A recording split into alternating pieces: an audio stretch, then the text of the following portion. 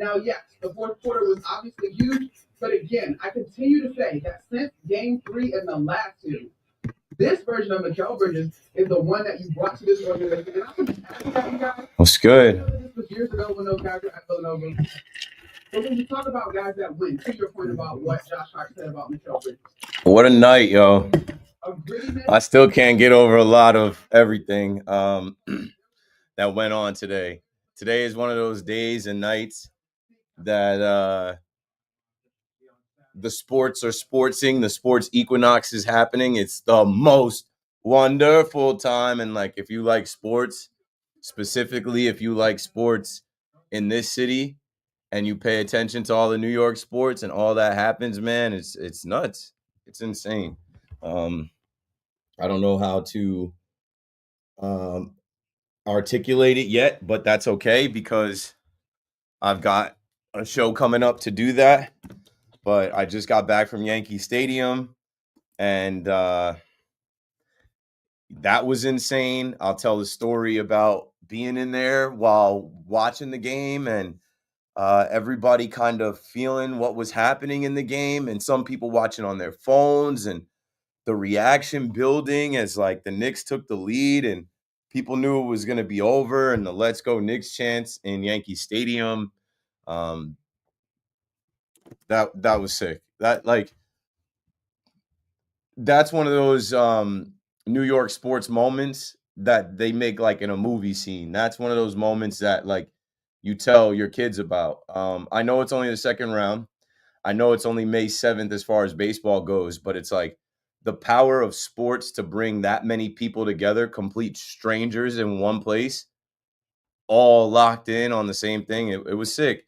And the Knicks energy was carried over by the Yankees. The Yankees finished that game off for the first walk-off of the season to take that series that they should have swept. And it's a magical night. Let's see who's in the chat. Gregory, Knicks winning because of the suffocating defense, adapting to a 2 at game. Listen, I can't believe the Boston Celtics think that they can play the way that they play, like the audacity. The Knicks will scrap and claw and fight and win the right way and whatever way they can. If it's getting it down low to Cat, so be it. If they're going to leave Josh Hart open, so be it. If it's Brunson in the end, which you already know is coming, if it's Mikal Bridges heating up, like the Knicks will go in any open door you leave open and take it. The Celtics are so obsessed with shooting threes and just so stuck on their ways. Like they don't want to win. They want to win their way. They want to win the way they've won a bunch of games in these last 2 years. Like the arrogance, the audacity, just the like cavalierness and like underestimating your opponent is nuts. And you could feel that energy in the building, and the Knicks are up 2-0 and nobody had them 2-0.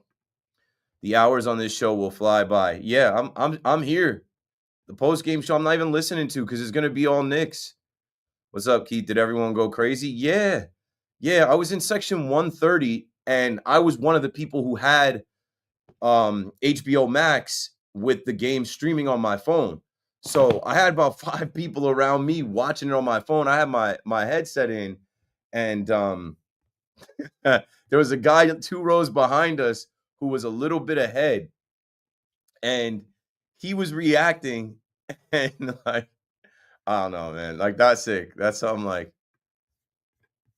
I'll remember forever. I've never been in Yankee Stadium I think I was in there when the Rangers might have done it, but that's different. The Rangers fan base is not like the Knicks fan base. Like, people were in there wearing Knicks gear, watching the Knicks on their phones. This one guy had like an old school like headset listening to the game.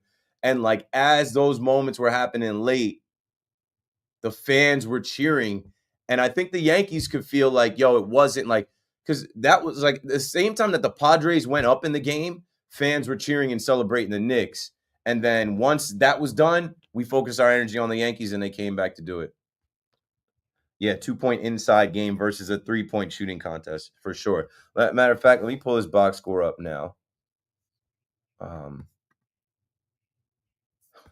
I like that was sick.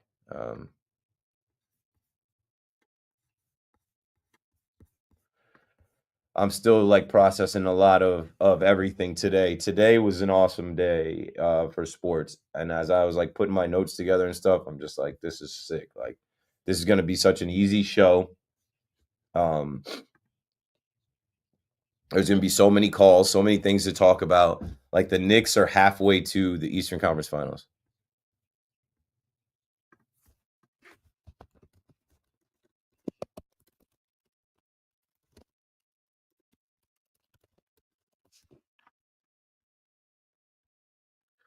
Okay, let me get these box scores up, and then be good money.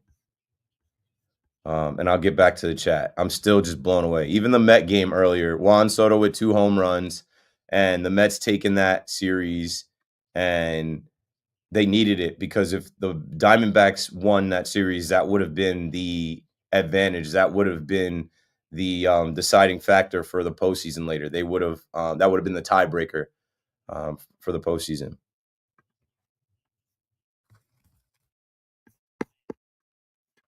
I'm gonna start queuing up some sound. It's funny, man, because like on ESPN radio, they're playing the Nuggets game right now, and on WFAN, we're playing the Yankee post game. That's why I went live a little bit earlier. I'm like, I know people want to connect and people want to talk about this. So you guys are probably talking right now in the chat. Um, it's one of those nights it's hard to go to sleep. It's one of those nights where you can't wait for the next game. And now, like, the hardest part is over for the Knicks. I'm smiling because I don't rock with the Celtics. I hate the Celtics, and I love David versus Goliath stories. I love when the odds are completely against a team, and the whole world thinks there's no way this can happen, and then it happens, and then we get to react to it and talk about it. All right, so Mets won today, Yankees won today. Knicks won today. I have all of those scores up, and I'll lean on you guys for anything that I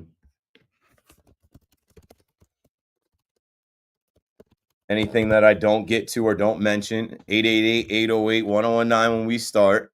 And then I mean it's tough to get on the phone. I know that. Like, I have friends that'll hit me up like, yo, I'm trying to call, and I'm like, keep dialing. But it's good to have the live chat, because the live chat, I can see you guys, and during the break, I will during the break I'll tap in there. So all right, my scores are set up. Let me make sure my notes are set up.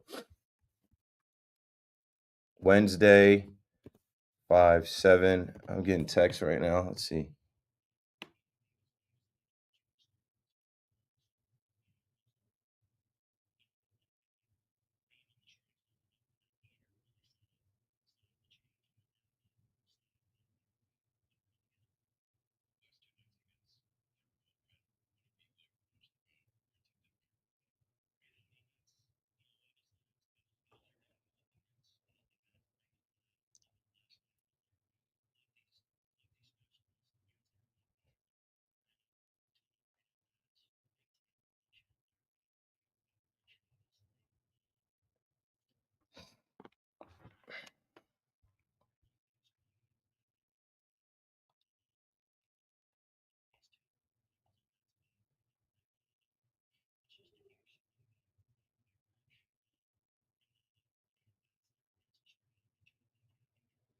Okay. And some NFL news. That George Pickens news I woke up to today. NFL. I'll put NFL on the bottom. We probably aren't even having any conversations about George Pickens.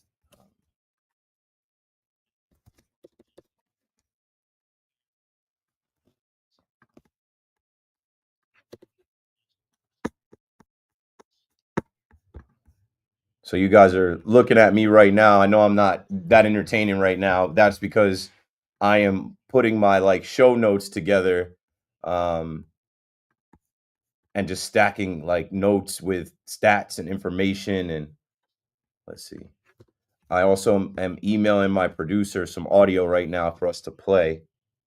Audio always helps add to the theater of the mind for the show. Let's see, Connor audio, roommates pod, copy, paste.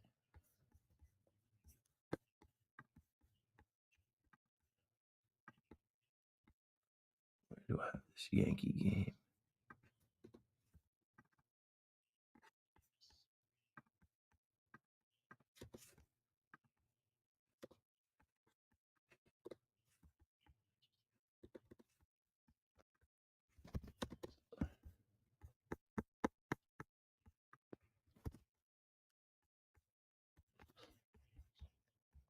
Again, what a game. They went down 20 points again. I'm in the stadium. I'm like, yo, they got them right where they want them again. Deja vu.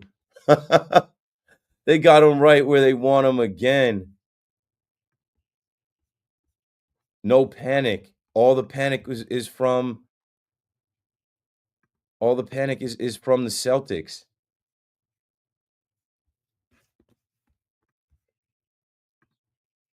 The Celtics are compromised. They look hurt. They look lost. They look shaken.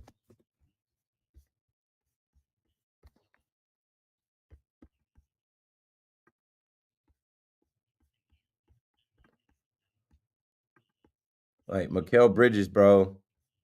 Mikal Bridges is shutting a lot of people up right now, myself included. I wasn't really hating on him too much, but like I was saying he wasn't worth all them damn picks.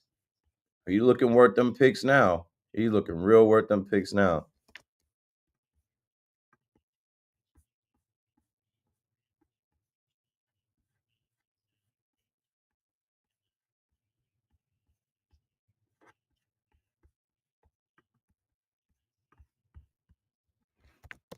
All right, almost ready to go here. Just so many notes through the day from watching the Mets game, listening to the Mets game as I was driving to the stadium, then watching the Knicks game at Yankee Stadium, and just writing little notes. Okay. All right, back to the chat.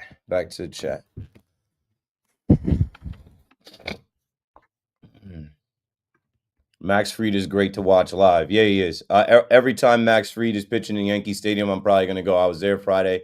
I was there today. Luis, what up, man? It's all in the prep. No problem. Yeah, you got to prep.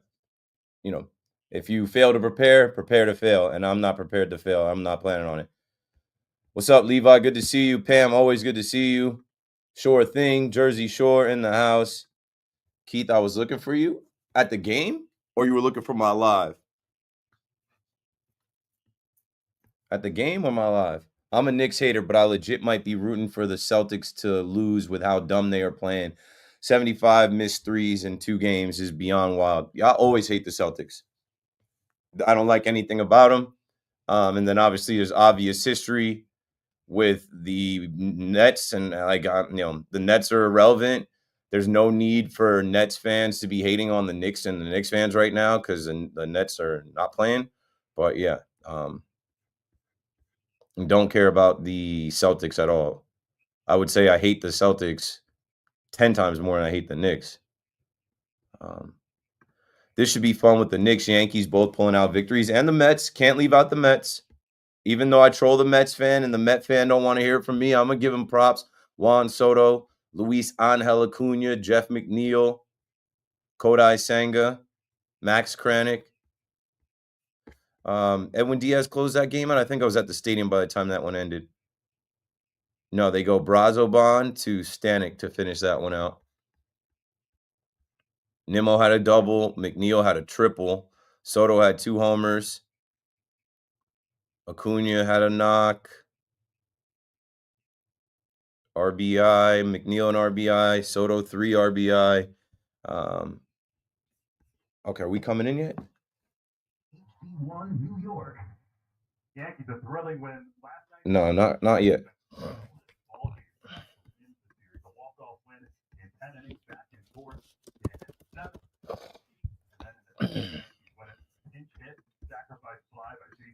Ever since I asked you about Susan leaving the booth in the 9th inning, she brings her mic with her and calls the game along with Sims. Well, she always brings the mic with her. But she doesn't always, talk. But they also may have a different mic system. I know when I did it, it was a device that it wasn't ideal. Arizona here, go Yanks. KB, you're checking in from Arizona? Still gets her star of the game. Of course, Susan always gets her star. Big walk-off. That was the first walk-off, right? Yeah, Madison Square Garden is going to be up, bro. It's going to be up, bro, in a ridiculous way.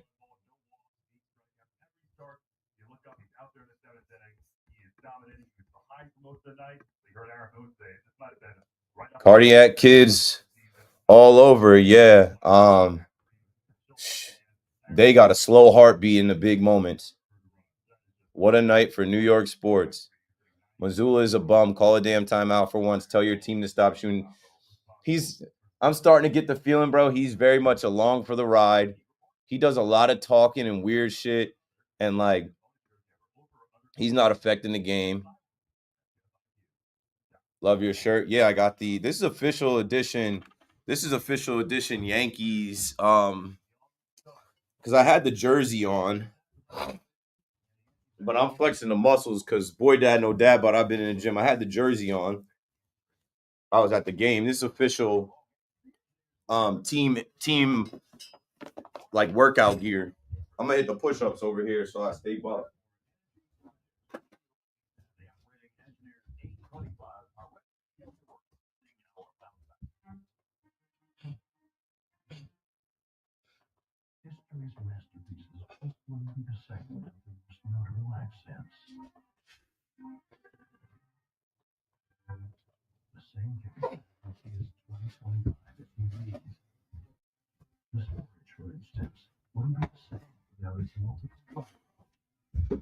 What else, y'all? Hit the inhaler for the breathing.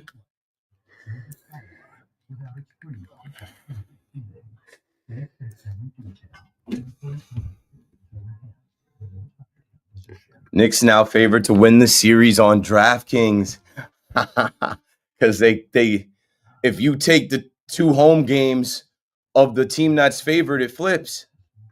You may need to apologize to Devin Williams. Oh, I plan on it. I took down the post I had. Positive energy. I tweaked, bro. I will. Cocky basketball in Boston. They know no other way. Let the Knicks keep beating the Celtics. I'm tired of them losing to them. Let's fucking go Knickerbockers. Boston 25. Yeah, 20.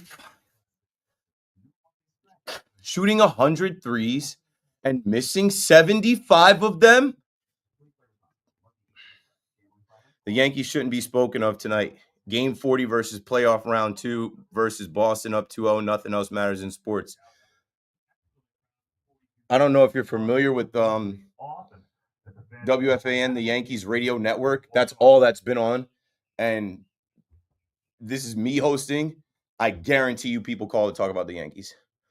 Why is WFAN still playing Yankees? Because it's contracted. It's an obligation. They have to do the full post-game show. They have ads. They have a certain format that has to happen. Dalton, what up, man? We know there's a secret phone number. Of course there is. Congrats on 2K subs. Thank you. I'm proud of that. Hell of a bump day for New York. Yes. What a Wednesday. As a Cowboys fan, though, does that Pickens trade move the needle for you? Hell yeah. Don't get me started on that. Keith, I just got home from Yankee Stadium. It was electric. Once the Knicks won, Trent tied it. What a stage that set up for none other than Devin Williams having a much-needed Yankee moment right there and a Yankee win to top it off. What an epic night in New York. What you think about the Cavs-Pacers series? You think Cavs can come back? Not unless they're somehow miraculously healthy. You know what I'm saying? They can't come back if they're not healthy. What's going on, Keith? Show is going to be lit tonight. Go New York. Go. Yeah, easily, bro. Easily, bro.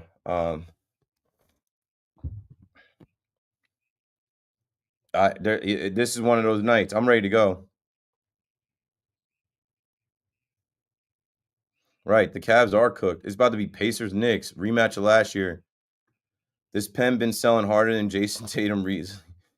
Yeah, Levi, you gotta tweet at me, man, and tell me where you're at next time. Coach Ryan, what's good, Keith? Let's go Knicks. They went, but they already gone. All the New York teams won today. Today was a good day. Did Boston have a timeout left when they got the ball in the last possession? I don't know. It don't matter now. K-Mac, yes, they had one left, missed 15 straight shots late. Then final possession, didn't call a timeout. Missoula is clueless. Incredible, though. Like,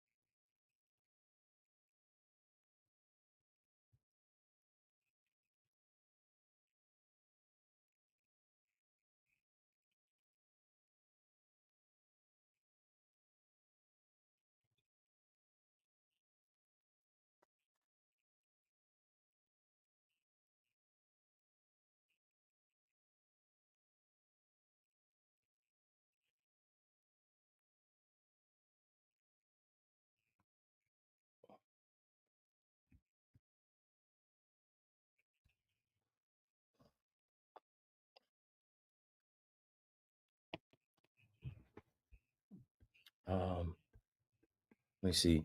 What a douchey thing for that guy to say. Probably a Mets fan. What are we talking about? Yankee Stadium got loud when you're talking about that no Yankees talk tonight. There'll be talk about the Mets too. There'll be talk about everything. It's a sports talk show until 2 a.m. and we're gonna take all the Knicks calls and try and ramp up the Knicks energy again, but um everything is on the table.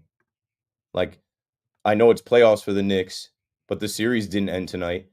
Um, the series ended today for the Yankees and for the Mets, and they won. They beat two teams out of the NL West, the best division in baseball. They did have a timeout, but they choked. They completely choked. Yes. Who bet all? And I don't know who played that New York parlay tonight.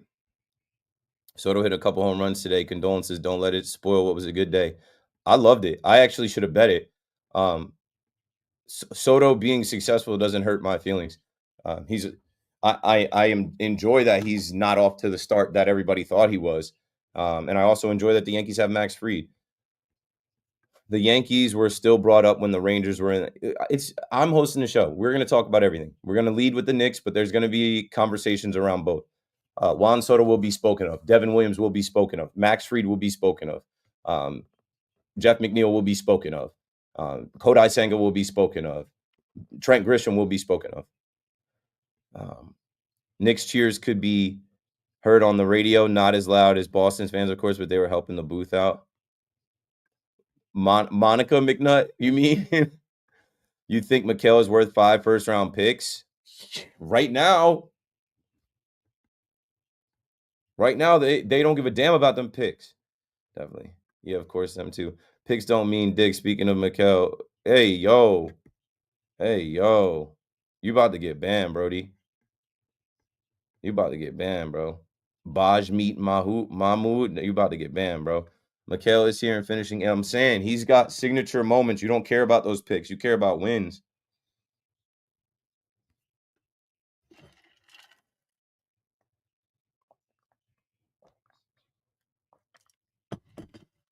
Let me see if I can get some audio from this Knicks post game.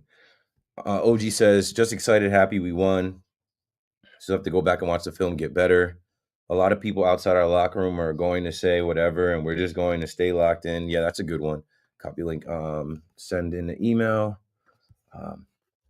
Deuce McBride. Post game.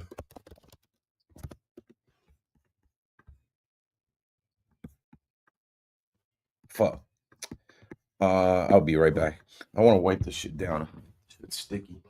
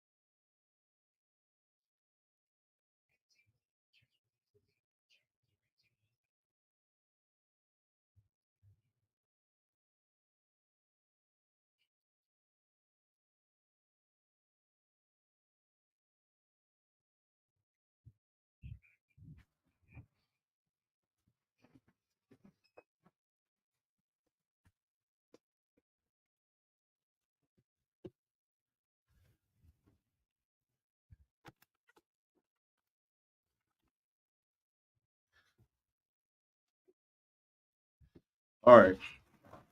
Almost there. Show's about to start.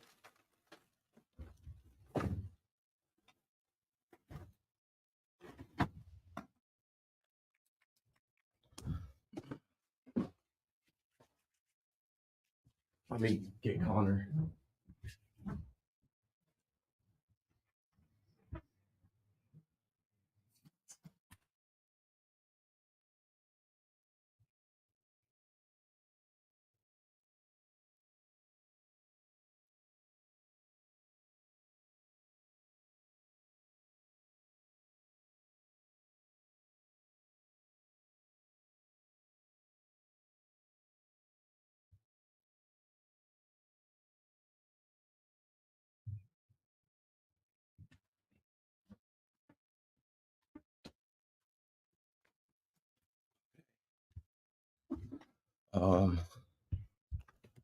Pre-game.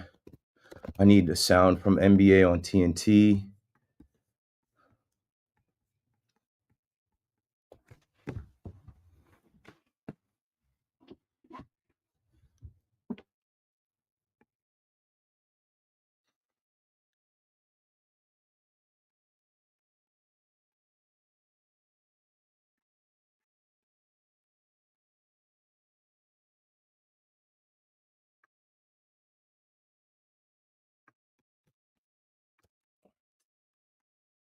You will hear this in a second. Mitchell Robinson on being fouled.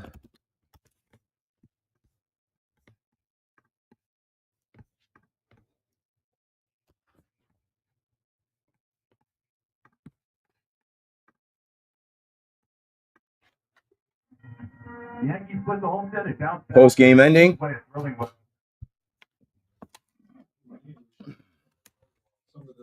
of the defense had to do with Mitchell Robinson and Towns playing together. That added size out there was forcing Zula to play big as well. He was trying with Porzingis, couldn't get a lot of minutes out of him. He had Cornette out there at times, also with Al Horford. The size factor is also something to consider. It's twice now in the second half where the Knicks dominated defensively because they had two bigs on the floor. Yeah, the manipulation of matchups and just the coaching job that was done by Tom Thibodeau. Yep. And then Karl Anthony Towns responding and answering the bell. Offensively, we know how good he is. He's outstanding.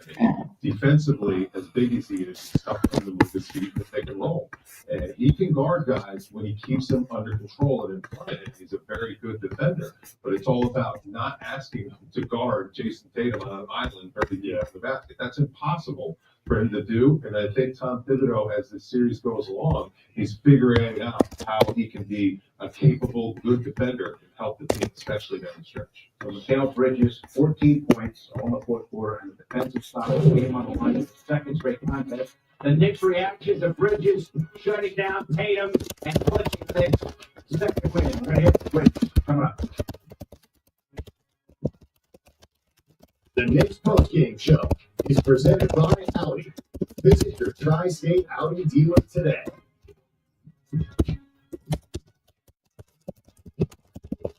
The dentist will be right in. Hey, I heard you're retiring soon. You excited? Yeah, Doc, but there's so much to consider. Finances. Oh, that was my dental insurance. You can get your own from Physicians Mutual. Easiest decision ever. It's real, then.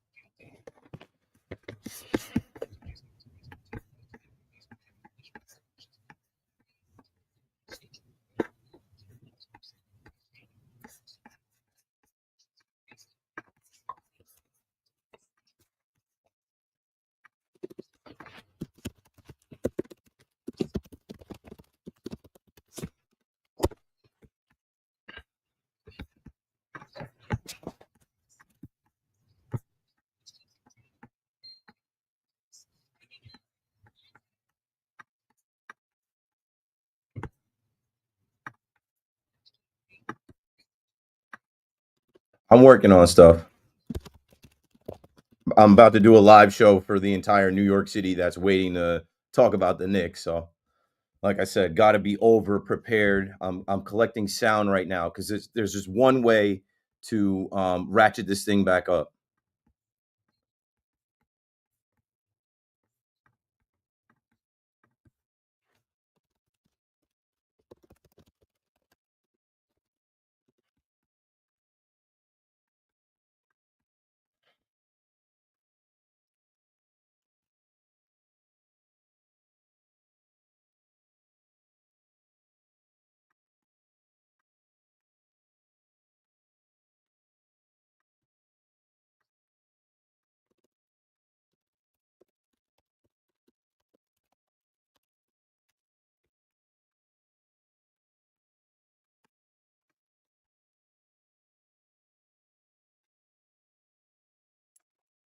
You got me? Not trying to overload you with stuff because I know I'm sending you an email right now with like Mikal Bridges' shot, and then the Knicks taking the lead. Then the final call when Tatum doesn't get off. I think that's a good way to like rev the energy back up as people start calling, and I'll start talking through reaction. I'll also parlay that with like being live at Yankee Stadium, set the scene about what that was like. Bang the number out and just try and get some crazy Knicks fans to call in and talk about how they feel going up 2-0. I also have in there the roommates pod with these guys talking about going on the road. I also have Deuce McBride post game, Mitchell Robinson post game. I'm just gonna keep sending you stuff and like throwing to it with like the name that I have it in the email written as. Okay, email sent.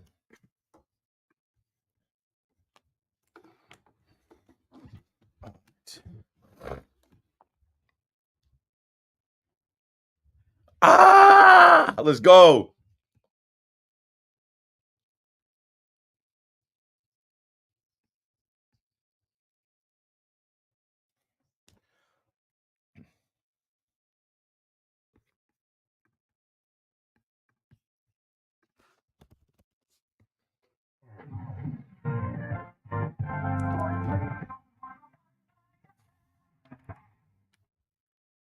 Yeah, let's go, New York City.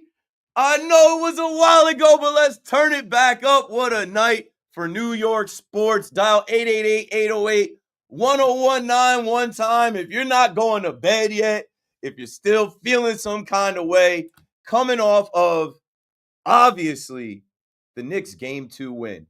Wasn't so obvious to the world, wasn't so obvious a few days ago, but man, the Knicks go down 20. They got them right where they want them again. Mikal Bridges. To hell with them picks. Mikal Bridges is worth everything. And Brunson, obviously, the closer. But he's not alone in those last minutes and seconds. Him and Mikal Bridges, the whole team. Cat Early, Josh Hart. I mean, the Knicks are basically taking on the mantra of New York versus everybody. They are carrying themselves like New Yorkers with New York grit and hustle and energy and passion. And it's crazy to see. So, I mean, I'm in New York. I'm up in the Bronx at Yankee Stadium. I'm watching the entire game on my phone in Yankee Stadium. And there were probably thousands of other people doing the same. I saw multiple people wearing Knicks jerseys and hats. This dude had an old-time headset on listening to the Knicks game.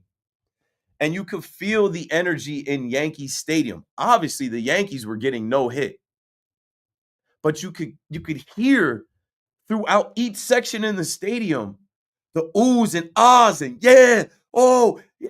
And as the Knicks take the lead, we got to go back. We got to play the audio from the game so we can hype this back up, so we can turn this back up, so we can go back in time and then get these calls and reactions because the Knicks are halfway to the Eastern Conference Finals. I repeat, the New York Knicks are halfway, 2 wins away from going back to the Eastern Conference Finals, somewhere they haven't been in 24 years. There are kids listening right now that don't remember that.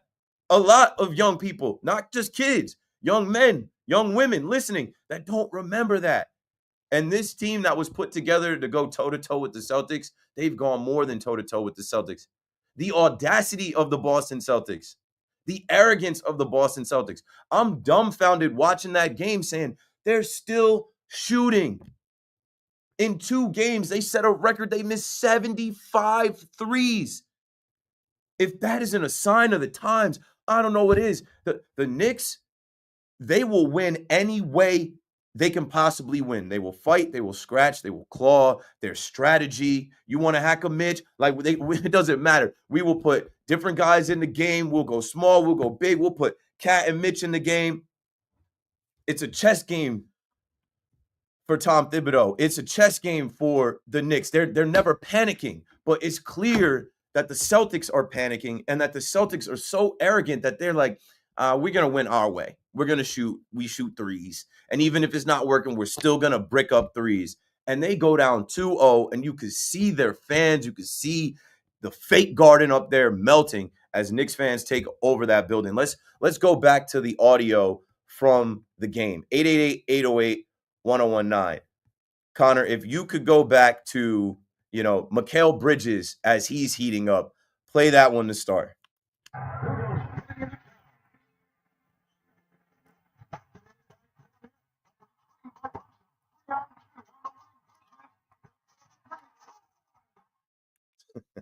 Credit to TNT. I'm like visualizing it. I'm telling you, I watched the whole game in section 130 of Yankee Stadium on my phone with about 5 people around me watching. And the guy 2 rows behind me had a faster connection. He was like 10, 15 seconds ahead. Now, when the Knicks took the lead, let's play that audio when the Knicks take the lead.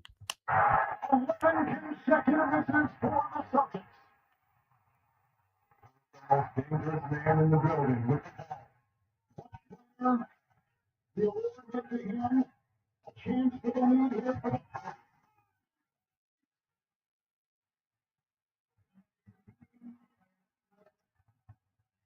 Do you hear those cheers in the background? That's not the Boston fans cheering. That's New York in the building. That's Knicks fans making the trip up there saying we're about to take game 2. We can beat the Celtics and are going to beat the Celtics. Got them right where we want them. Let's play the final call. Let's play basically Jason Tatum, who is compromised, and the Celtics folding and their fans wilting and them realizing, wait, we're about to be down 0-2. Now this series flips and the Knicks are the favorites to win. There you go. Not going to use the timeout. Plenty of time here.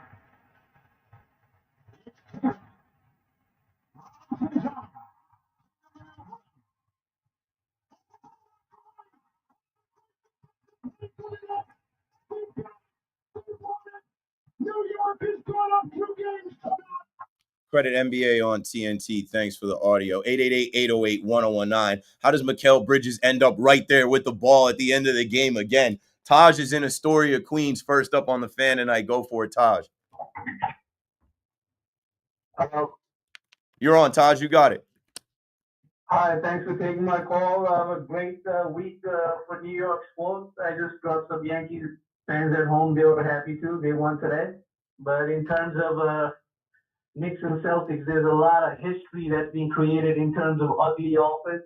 There's 45 missed threes, or even the first half, the Knicks in the 30s, where I think is lowest in the playoff.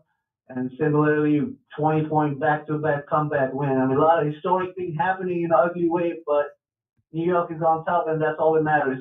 Big facts. Thanks for the call, Taj. Yeah, I talk about the sports equinox and the sportsing, and it's the most wonderful time. Like if you're a sports fan in New York City and you're paying attention to the Mets and Juan Soto hitting 2 homers and them winning that series that they had to have out in Arizona, you're feeling some type of way during the day. You know, the Diamondbacks don't get the tiebreaker over the Mets. That's a big win early in the season. The Yankees should have swept the Padres. Dylan Cease throwing a no-no. They fight back. Cody Bellinger, Trent Grisham, they do what they got to do. And then obviously the Knicks, man, they are the story in all of sports. Back-to-back 20-point deficits. They overcome it. Back-to-back games on the road, they take the games. This has become who they are. This Knicks team, they went to Detroit and they didn't lose. And they got toughened up through that series. And they brought that energy into this series. And these pretty boy Celtics, they don't know how to handle it. Kristaps Porzingis is sick. He's a non-factor. Jaylen Brown, Jason Tatum, they're compromised. Fatigue makes a coward out of all of us. You could see it, the way they're fouling, the way they're missing shots. The Knicks got them right where they want them. Who would have thought? Who would have thought? Joe is in Queens on the fan. What up, Joe? What is up? Big night for New York sports. Absolutely electric. I just went to Boston. I'm on the way back right now. I was at the TD Garden. I was at the game. The most shocking, first of all, the greatest sports event of my life by far, not even close. Like, it was insane. I was there. I was in shock. We were down 20. All the Celtics fans are bugging out the entire time. They're taunting. They're up 20, whatever it is. And then the Knicks just clawed their way back. And the second Bridges blocked that ball and threw it down court, I was going crazy. There was maybe 5 other Knicks fans around me, like not that many. And it was an amazing feeling. It was unbelievable, just going crazy with Celtics fans, just quiet, nothing to say. Worth the trip, worth the cost of admission, whatever the tickets cost you. Like, you can't put a price on going up there, hoping to win, and actually getting that win when a lot of people were saying, again, they were 10.5-point favorites, that, oh, the Knicks aren't going to win this one. Colin Cowherd has the dumbest take right now floating around because he said game 1 was the most meaningless game 1 win. No, now they have 2 in their pocket. The whole series just changed. 3 more. I could not agree more. Also, my brother was telling me, he's like, don't go, they're going to lose by 20, you're wasting your time, you're wasting your money. I'm like, you know what? I haven't had an experience in Boston yet. I wanted to go see what it was about, and there was nothing like it, and I'll pay $1,000 for that. Thanks for the call, Joe, and sharing your experience. Please call and share your experience. My experience, I was in Yankee Stadium, and I'm telling you, the Let's Go Knicks chants broke out in Yankee Stadium, and the Yankees actually went down after that. but some type of cosmic New York energy floated all the way down from Massachusetts to the Bronx, and the Yankees end up walking it off. 888-808-1019. See, the thing about being a fan is you're supposed to be fanatical. You're not supposed to think straight. You're not supposed to be logical. You're supposed to think, hey, I have the money, I have the time. This might be the time. This might be my chance to see the Knicks make history. This might be my chance to go watch a road playoff victory. We know that the Celtics are the defending champs, but I'm telling you, they are wounded warriors right now. And they don't even look like warriors. I shouldn't even be calling them that. They look suspect as hell. They look like they don't understand why their shots aren't falling. And then when they try to go to something else, it seems foreign to them. You heard the call. They had the timeout. Joe Mazzulla, you're not calling a timeout? That's why I said the arrogance, the audacity. The Knicks are 2 wins away from eliminating the defending champs. Avery's in Manhattan on the Fan. Go for it, Avery. Hi, Keith. Like you, I was at the stadium too. Wow. I was over by one of the little boxes cheering with the people from the outside with the people inside the box on one of those little TVs. That was just crazy. I don't know how the Knicks won that game. And then the Yankees going down, we're like, yeah, who cares? Then all of a sudden, Trent Grisham missed that home run. And then J.C. Escara had this moment after Devin Williams. The energy from Boston, Keith, it went into Devin Williams. Purely. Because all we were talking about was how this guy can't pitch for the Yankees anymore. And boy, did he scare us. I mean, nobody thought he was going to get out of that inning. I don't know how he got out of that inning. But just like that, I don't know how the Knicks won. Here we are. The power of, a Knicks win and New Yorkers and random strangers being so happy together and so proud together and believing together. I said belief is needed. And you know what? I needed to believe in Devin Williams tonight, and I did. We don't win that game without Devin Williams. I owe that man an apology because last night I spiraled into the negative thoughts. I fell down the rabbit hole of like, this can't work. This is going to be too much. We got to abort the mission. No, you can't abort the mission. There's nobody else left to throw. Like, this guy is here. He's on the team. He's been in these moments before. You got to put him out there. You got to roll the dice. That's sports as well, taking a chance and believing that you can get it done. We don't get it done tonight without Devin Williams. I owe him an apology. I am rooting for him the same way I root for every other guy in those pinstripes. I want it to work. I just don't see how it's going to ultimately work out. I didn't know how it was going to work out tonight, but he got out of it, and he did it tonight. And then the Yankees were able to walk it off and take that series that they should have swept. And the Knicks have the city on their back right now. Thanks for the call, Avery. 888-808-1019. If you're a Knicks fan that can't sleep, call me up and tell me the moment where you knew they were winning. You knew they were coming back. Belief is needed. And you know what? Shout out to Tommy Beer on Twitter. At half, he was talking some stuff about, like, got him right where we want him. Like, oh, the Knicks are down. The Knicks are about to be down double digits. He said something along the lines like, bad news, the Knicks are down double digits. Good news, the Knicks need to be down double digits. Like, I was watching in the stadium talking to other people like, the Celtics still haven't made a run to put the nail in the coffin. They still haven't put these guys away. And the belief is there. They did it already a couple days ago. They're about to do it again. I mean, you want to talk about like things happening? They changed the Mikal Bridges 2 to a 3. That's the difference in the game. It's incredible. Mario in Long Beach back on the Fan. Mario, I know you were pumped up watching that game. Oh my God, I can't tell you, Keith, man. It was amazing. And I know you were watching from film, but I don't know. The lead got up to 20 again. Like, yeah. I know. That's what I was saying. It's historic. It's never happened. It's never happened before that a team shot 25 out of 100 threes. They missed 75 threes in 2 games. That's historic. And it has also never happened that a team has come back from 20-point deficits in back-to-back games. So the Knicks are on one. And you know what, Keith? It looked like they choked. If you really watch how Boston was playing, they choked. You could just see they were. Of course they choked. They didn't use their timeout. They didn't have a good play again. And you could tell it was like the walls were closing in on them. Their fans, you could hear in that clip, when the Knicks took the lead, the stadium roared. Why is Boston making noise? Because Knicks fans were in there taking over. One last point, I'll let you go because I know you probably have a lot of calls coming in. Mikal Bridges stole the ball to end the game 2 games in a row in the playoffs. I've been watching NBA games for a long time. I've never seen that. Twice in a row, he stole the ball. And here's the funny thing about it. He did it from Tatum and Jaylen Brown, clamps. You're in jail. And he came off his guy. $600 million. I mean, $600 million, and he stole the ball from each of them 2 games in a row to end the game. Thanks for taking my call, buddy. I mean, nobody tonight is talking about draft picks. F them picks. Nobody cares about them picks.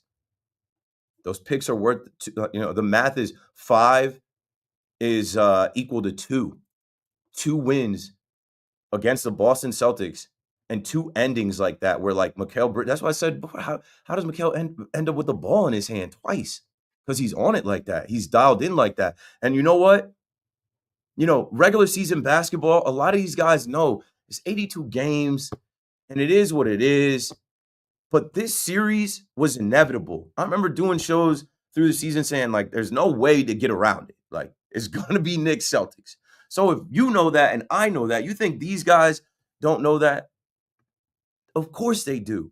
And there's so much pride and there's so much riding on this stuff. And then, I mean, the energy of the fans pumping them up, believing in them, the fans in Yankee Stadium. Like, I'm looking at the videos on Twitter. Shout out to my boy Gabe, who was sitting right next to me. His videos got 27,000 views. He's got me right next to him with the phone watching the game. Like, Yankee fans were on their feet in Yankee Stadium, not responding, not reacting to what was going on the field. It was what was happening on the screens. It's a great night to experience that in New York. Let's go to Brandon and Wappingers on the fan. Brandon, tell us something.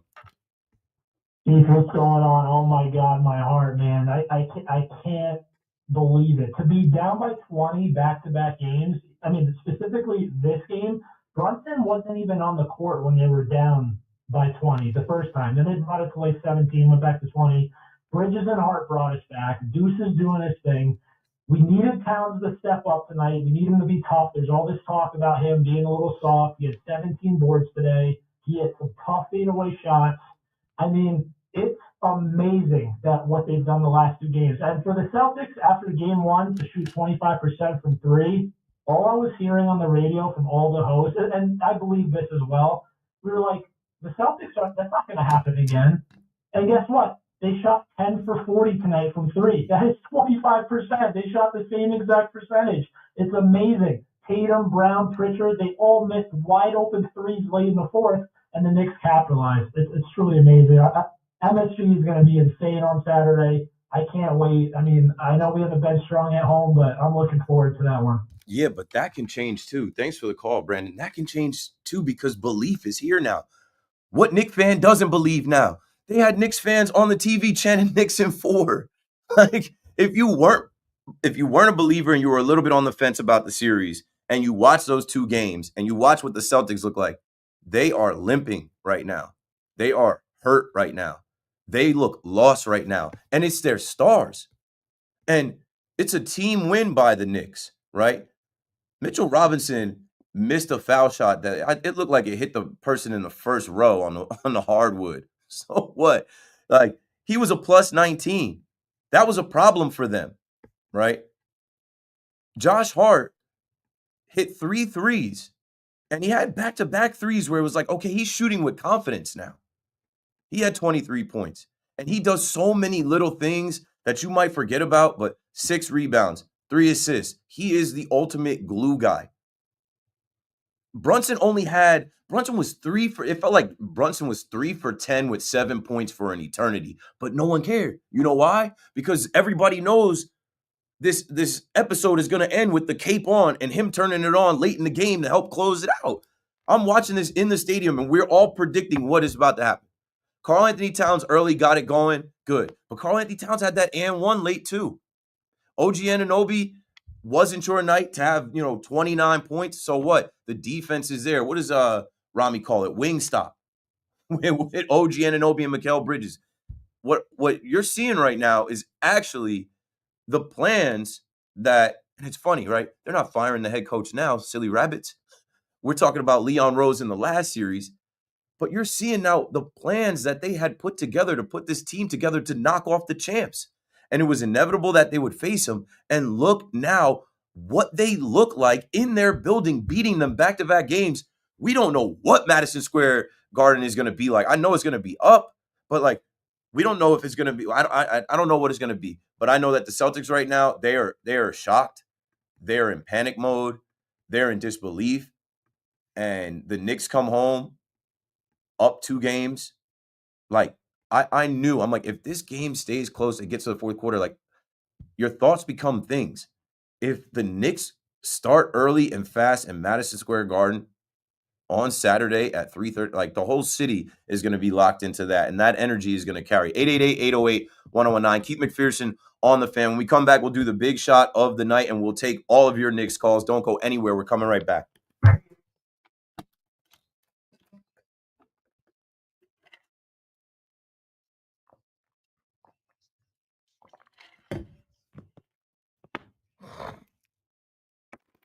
Okay, we're rolling now.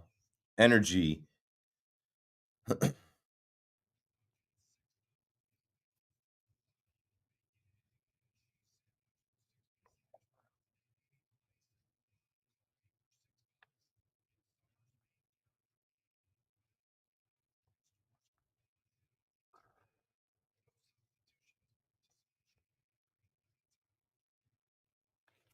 All right, Chad, I'm working on it, man. We're in there now, so you're watching the show live. We're putting it together.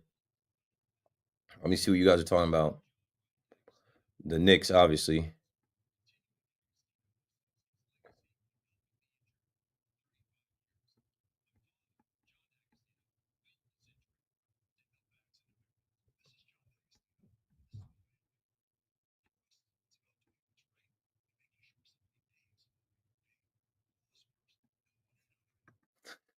I got this shirt for free, and I don't know what it costs. I got this shirt for free.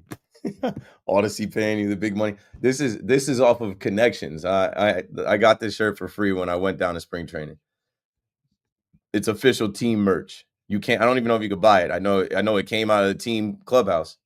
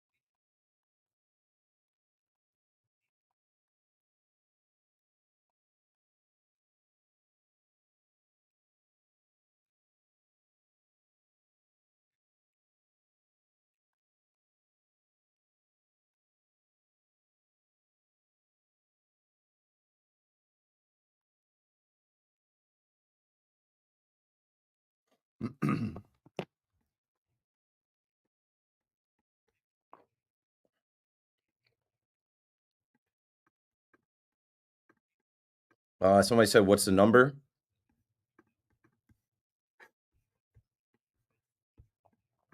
What's the number? 888-808-1019. I'm working on getting some more audio. I want to get some more post-game audio.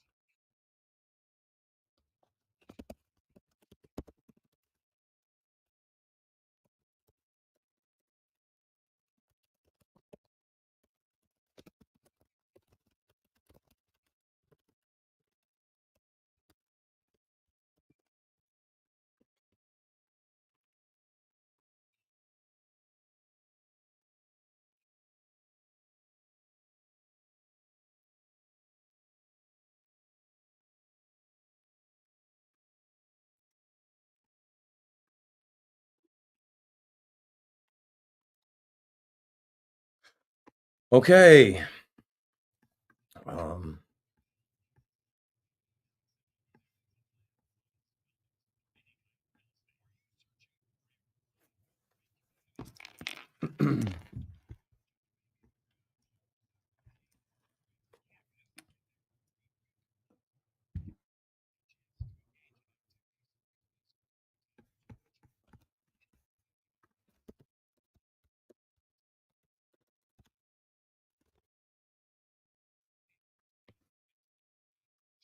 All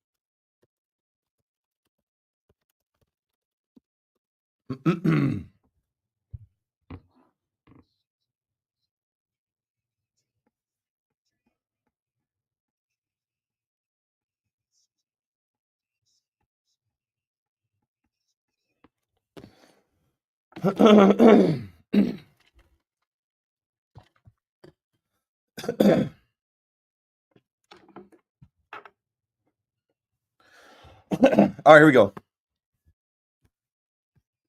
The big shot of the night is brought to you by WFAN and me, Keith McPherson. Bright lights, big city. We got a bunch of big shots. And I mean, tonight, all the Knicks could be the big shots, but here's something a little different. I want to give the big shot to the coach, Tom Thibodeau, Tibbs. I mean, he's out coaching Joe Mazzulla completely. It's really not even close. When I'm talking about the chess game, the timeouts, the defensive adjustments, the rotations, bringing guys in, bringing guys out. When they want to do hack a Mitch, how he's changing the game with that. Like, I'm just watching this guy who is from Connecticut and used to coach up there, who fans were ready to fire just like a week or two ago after, a couple losses to the Pistons in New York at the Garden. Like, fans were really talking about, oh, if he loses in this first round, he's out of here. This guy goes back to Boston with a game plan, and he has all of these guys ready to play in crunch time. They are dialed. They are focused. They are locked. And this is another team win, right? You can't just say it's Brunson. You can't just say it's Karl Anthony. Like, Josh Hart was the leading scorer tonight. So I'm giving it to the coach, man. I feel like sometimes the coach doesn't get enough praise. The coach doesn't get enough credit. But somebody is leading these men, and that's Tom Thibodeau. 888-808-1019, your big shot of the night. Let's go to Mike in New Orleans on the Fan. What's up, Mike? How you doing? I still can't get over the back-to-back 20-point comebacks, but insane, improbable, not supposed to happen ever, really. Yeah, so I've been critical of Tibbs all year long, but I felt like I got to give credit where credit's due. I want to go back to that last game at the Garden when the Celtics and the Knicks played. I know the game really didn't mean anything. They had some guys out, whatever. But by the end of the game, it did kind of have that playoff feel to it. And I remember feeling very discouraged after the game. Talking to friends, family, everyone felt discouraged. But I do remember, there were things when you were watching that game that seemed to work, right? Like, OG really shut down Tatum towards the end of that game. And, the double big lineup worked. a lot of the drop. They kind of went away from drop coverage and did a lot of switching during that game, and then they kind of went away from that. And I think fans were kind of discouraged from the loss itself. But I was hopeful that okay, maybe Tibbs saw what he needed to see, and he wasn't going to tip his hand. And we're 2 games into the series right now, and I really think a lot of those the things I just mentioned are a big reason why they're up 2-0. Now I think everything is going to change going into Game 3 in terms of matchups, schemes, all that type of stuff. But the fact that he saw what he had to see, and it really has made a huge impact so far on the Knicks going into Boston being up 2-0. Yeah, and they had a little bit of the like inside tracks, like the mic'd up with him. I just give him credit for. There was a point in there when they went on a run to make it 20, another 20-point deficit again in back-to-back games, and he called timeout for them to regroup, and they started hitting shots again. And I'm sitting in there in Yankee Stadium like they got it to 12. I'm telling people because people are starting to check out a little bit, like, damn, it's all right, here it is. 20. I'm like, no, they got it to 12. So like you got to give credit to the coach for that. And I mean, everybody wants to say that the Celtics are just missing these shots. And I know there are stats about contested and uncontested shots, but give credit to the game plan and how they're playing defense on these guys and disrupting these guys. They look uncomfortable in their own building.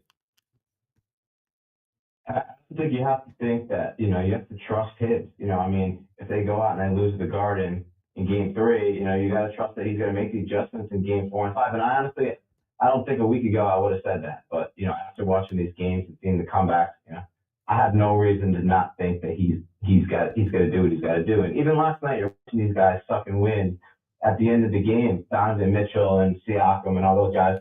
But yet here you are, Bridges is on minute 51. And he's fine, and again, I'm critical of that as well. So, I want to just give props to Tibbs and, give credit where credit's due. And, I'm looking forward to these next few games. Hopefully we can wrap it up. Of course. What a dream. Thanks for the call, Mike. What a dream. This second round feels a lot different than the second round against the Pacers, the second round against the Heat, the second round against the Hawks. You're up 2-0. And you're coming back home. And yeah, it's just funny, man. In New York, we eat our own. In New York, we are so hard on our coaches and our managers and our players. And we're so critical of them. Man, make the disrespect, right? If the disrespect is loud, make the respect as loud as the disrespect. 888-808-1019. This guy is keeping Mitchell Robinson in the game. And like I said, there was a shot. I remember laughing about it with everybody. This like Mitchell Robinson just shot a shot that went like under the net. It probably landed at the person sitting front row behind the Nets' feet. But he understood what was going on there, right? Mitch had 8 rebounds, and that was giving them some problems with Mitch and Cat on the floor. Like, that is strategy. This stuff is not happening by chance. They're watching film. Even, I got to go and clip some audio. We'll get some post-game audio. I'll send to Connor, and we'll play when we come back, because there was something in the post-game OG said about watching the film. Like, these guys are locked in. They're dialed. And they are blocking out all the noise. They're not listening to Colin Cowherd. They're not listening to Brian Windhurst. They're not listening to Stephen A. And I mean, Stephen A is probably believing. I don't want to just lump him in there. But they're not listening to the pundits and talking heads saying that what they can't do. They're going out there and handling business, which they obviously can do.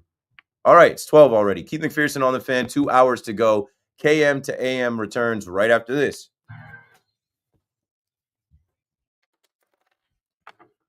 All right, let me get this audio.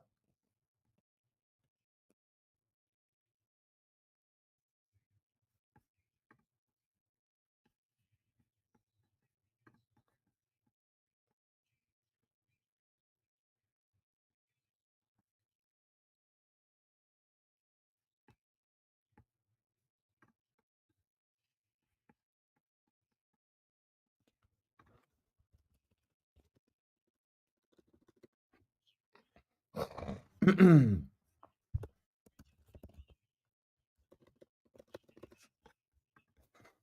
like, bro, I'll come in there and tell you after I send you some of the audio.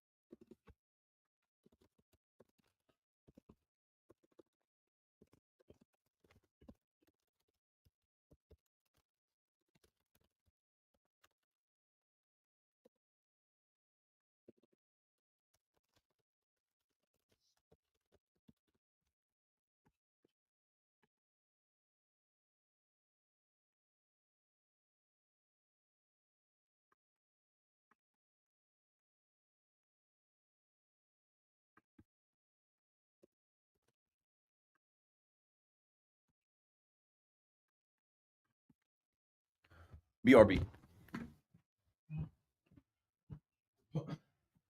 Yo, what's up? Now you good.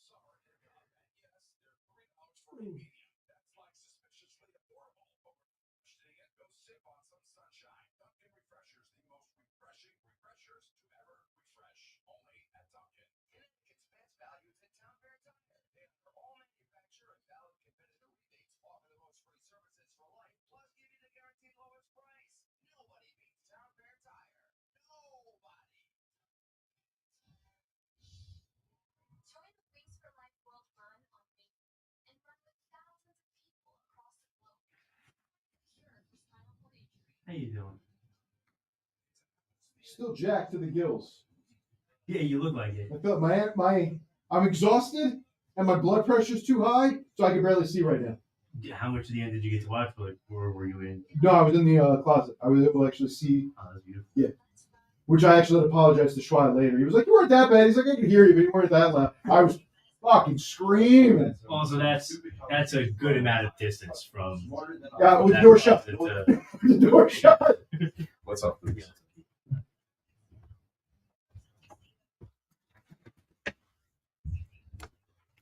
Yo, so if you want to alley-oop those, or should I forward this email to Fleegs maybe, or do you already have the links up for him?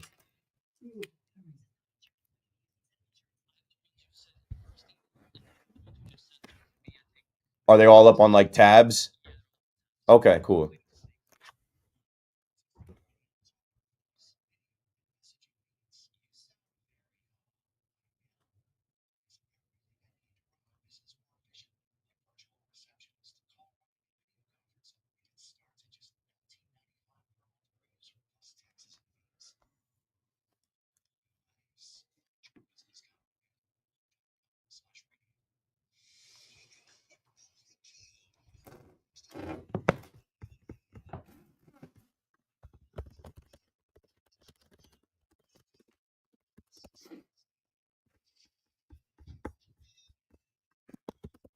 Good morning at 12 o'clock. I'm Marco Belletti. Well, for a second straight game, the Knicks fell behind by 20 points, but for a second straight game, they came roaring back, needing one more stop for the win.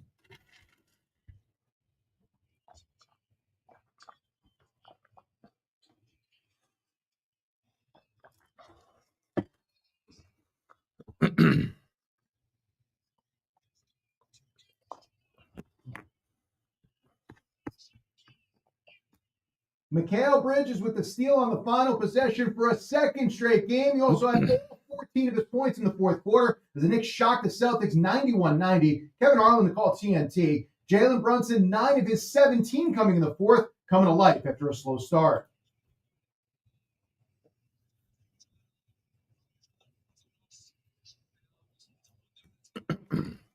Brunson on TNT. Celtics missed 14 straight shots at one point late in the fourth. The Knicks take both games in Boston in improbable fashion, head home to the Garden for Game 3 Saturday with a 2-0 lead. Cody Bellinger, the Yankees' first hit, was a homer in the seventh. Trent Grisham, a two-run shot. J.C. Escar with a walk-off sac fly as the Yankees outlast the Padres 4-3-10. Max Fried, another dominant performance, struck out 8 over 7 innings, a one-run ball, while Devin Williams struck out the side, escaping a bases-loaded jam in the 10th for his first win. Juan Soto went deep twice. Francisco Lindor knocked in a pair, all in support of Kodai Senga, who allowed just 2 hits over 6 scoreless in the Mets' 7-1 win over the D-backs. 66 degrees, clear skies, Central Park. That's what's happening. I'm Marco Belletti.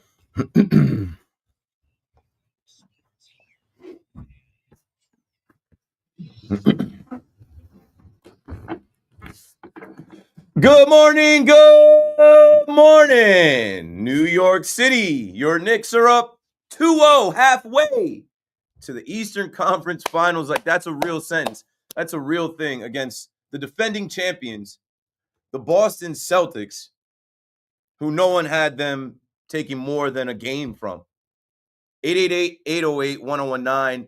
I'm so impressed with these guys' intestinal fortitude, their mental toughness. That is what sports are about. I'm so impressed with their mentality as far as just believing in themselves, communicating with each other, locking in, and like they've taken on this mantra of New York versus everybody. And it's not just the New York Knicks, they're carrying the city with them. You have no reason not to believe. And when I listen to them in the post game, I'm like, okay, I just keep sitting there dialed, they're focused. And go listen to the Boston Celtics, like Kristaps Porzingis, like he's sick right now. He's like, oh, I hate that this is happening right now. It's so much of a woe is me vibe. It's so much of a depressed, sad vibe. Like you would think that the Knicks just went up 3-0 the way that the Celtics are talking. Let's play some audio from some of the Knicks post game. I think it's important to play what these guys are talking about after, and their whole vibe is very Kobe like, job finished, job not finished, job not done. So here's OG talking about, like I said, how they're watching film, and I gave Tibbs some credit. Here's OG after the game talking about job's not finished, got to watch some film, got to get better.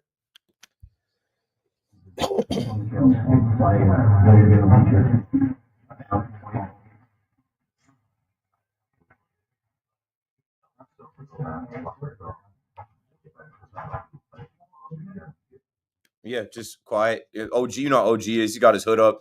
He seems like he wants to just get on the bus so they can come back home. I have some more audio. Connor staying with us.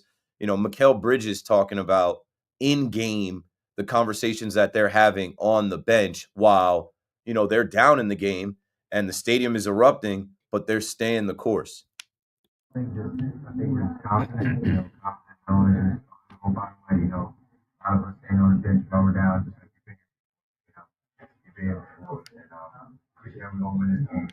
And I think it kind of you can look at everybody's eyes and kind of stress out, and all right, like see how much time left, can't get all things,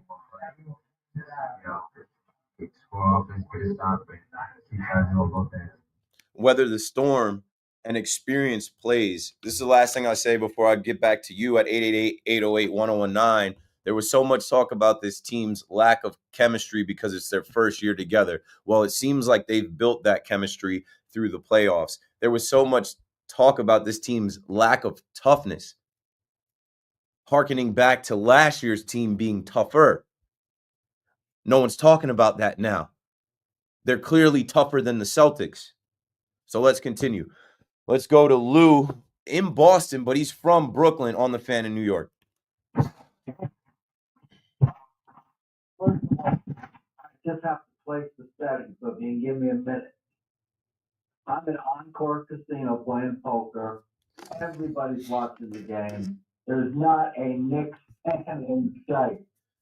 And I let out the biggest scream at the end, and people just looked at me with daggers. But I'm telling you, as a Knicks fan, I'd rather be there in that casino screaming out that the Knicks won and everybody wanted to probably punch my lights out. It was one of the best moments I've had in sporting history. Oh, they're sick right now. In my section in Yankee Stadium, 2 rows in front of me, there was a older gentleman wearing a Celtics hat and a Celtics jersey. He had the audacity to come to Yankee Stadium like that. And not far to his left was a loud young Knicks fan, and he was wearing his ass out.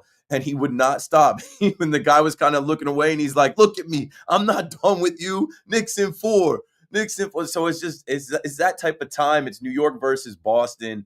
And they were so cavalier. They were so arrogant and so cocky about how the Knicks didn't belong on the floor with them. What say you now? Right. And just as a side note, I coach basketball up here, and I know Mr. Thibodeau since he coached at Salem State. He's had quite a meteoric rise. It's amazing. Like to know someone when they first started out Division III college basketball, and now he's the star of New York. I got my questions about his coaching, but he can't, like you said, mad respect, mad putting down. But if we're going to do it New York style, we got to give him some respect for what he did. I mean, he's doing a really good job there. And I think the Knicks win in 6. I don't think sooner, but I'm hoping we win in 6. And what's the weirdest part to me is they're going to probably play the Indiana Pacers if they win the series, which puts them in a very good position to play in the final. One step at a time. Thanks for the call, Lou. We'll go back a little bit. Yes, that's why I made Tom Thibodeau the big shot of the night, because he does get disrespected. I think I was listening to a call today, and the caller was talking about, the minutes police. And it's like, shut up about that. Like, all of the things that you hated on with the Knicks have been corrected or have come to fruition as good things. All of the minutes that those guys played in the regular season, they are conditioned. They are ready for this. They can go OT with you. They can go to the last seconds with you. They have their legs under them. The Celtics do not. And that's coaching, that's strategy. I'm going to play my starters. I'm going to play my guys, because when we get to the playoffs, this is who I'm relying on. 888-808-1019. I mean, him being from Connecticut, and I think he said at one point in time he was a Celtics fan and he coached with the Celtics. For him to step in there was a pregame where he gave a ton of credit to the Boston Celtics franchise and how you come in here and, you come into the practice facility and you see all the banners and the history and you know what it means. He knows what it means. That's why he has his team ready. That's why he has these guys prepared. That's why they showed up to fight. And even down 20 in the fight, they know there's no bell yet. The game isn't over. I've been extremely impressed with the coaching decisions and moves and who's in these games and how effective these guys are in the games and how they're just locked in and fighting and coming up victorious. So, yeah. And then as far as being in enemy territory, right now, these Celtics fans are sick and they've been peacocking for a long time. They've been cocky for a long time. And I said that they're among us, right? So some of them have tickets to be in Madison Square Garden, but you can keep them quiet. They're going to have to pipe down. Those Let's Go Celtics chants are not going to be as loud as they thought they were, being down 2 games. Let's go to Matt in Albany on the fan. What's up, Matt? Good morning, Keith. Thanks for taking my call. I watched the game by myself at home, and I thought about my old man, God rest his soul, because I'm old enough that he and I went to the Garden back in '73, the last time the Knicks brought home the big trophy. And really, they made believers out of me tonight. I'm very comfortable and confident now. I don't know if it's the spirit of Dick Barnett, but I just think that these guys, they don't seem to panic. They don't seem to look at the circumstance and get upset. They just quietly go about their business. And I was shocked when I commented to myself that the noise coming out of the fans in Boston at the facility made it seem like it was a Knicks home game to me. just watching it first time through. Yes, sir. I In mean, that building. Knicks fans made the trip. They went up there, and thank you for sharing that with me, Matt. 888-808-1019. I'm going to continue down that route with you. You know, there are Knicks fans whose dads are Knicks fans and brothers are Knicks fans, and they struggled and went through all the down years of, man, we ain't even making the playoffs. There is no playoffs. And now you have a team. Now you have the most clutch player in the league. Now you have the right coach. Now you have the right cast of characters, all stars, all defensive players, an Iron Man, big money guys. And it should make you a little bit emotional. I was driving down the Harlem River Drive, you know, looking at the Brooklyn Bridge and looking at the city glow tonight. And I'm like, wow, I know there are so many people in this city happy tonight. The Mets won earlier. The Yankees just walked it off.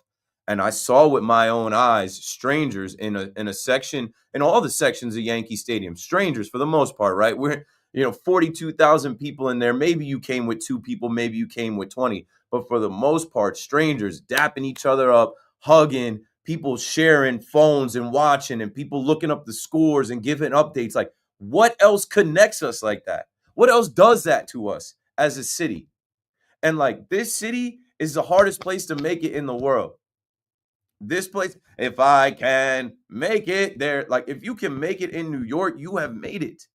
This city will beat you up and pull you down. And and I know there's so many things that cost money. There's traffic, there's crime, there's issues and all these things, but it's New York or nowhere.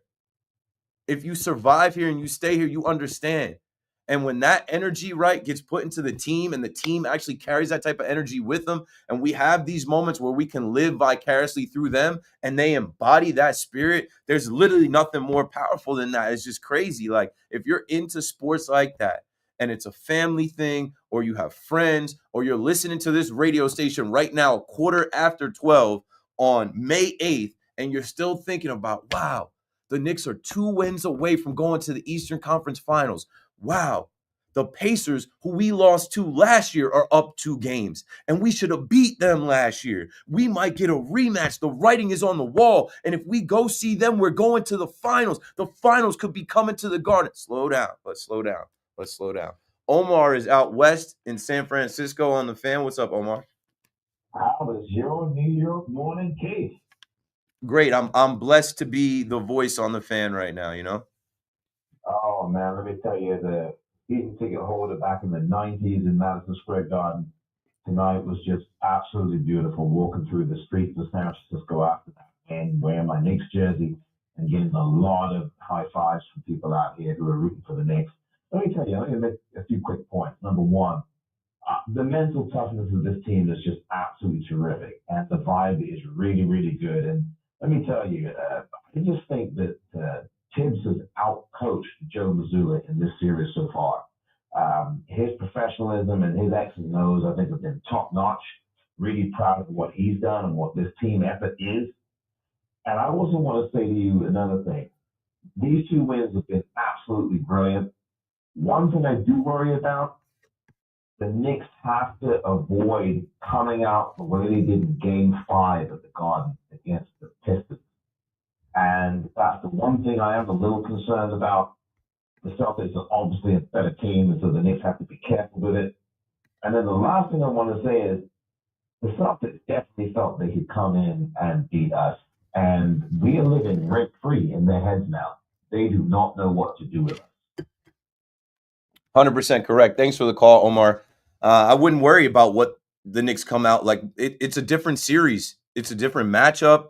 It's a different energy. Like, I just know I've been in the Garden. I was in the Garden for the Heat series in the second round. I think I was at Game 5, and like, it is the epicenter. It is like it is the Mecca. It is the center of the New York universe with sports and everything. Like, this Saturday at 3:30, all eyes will be on the New York Knicks in that building.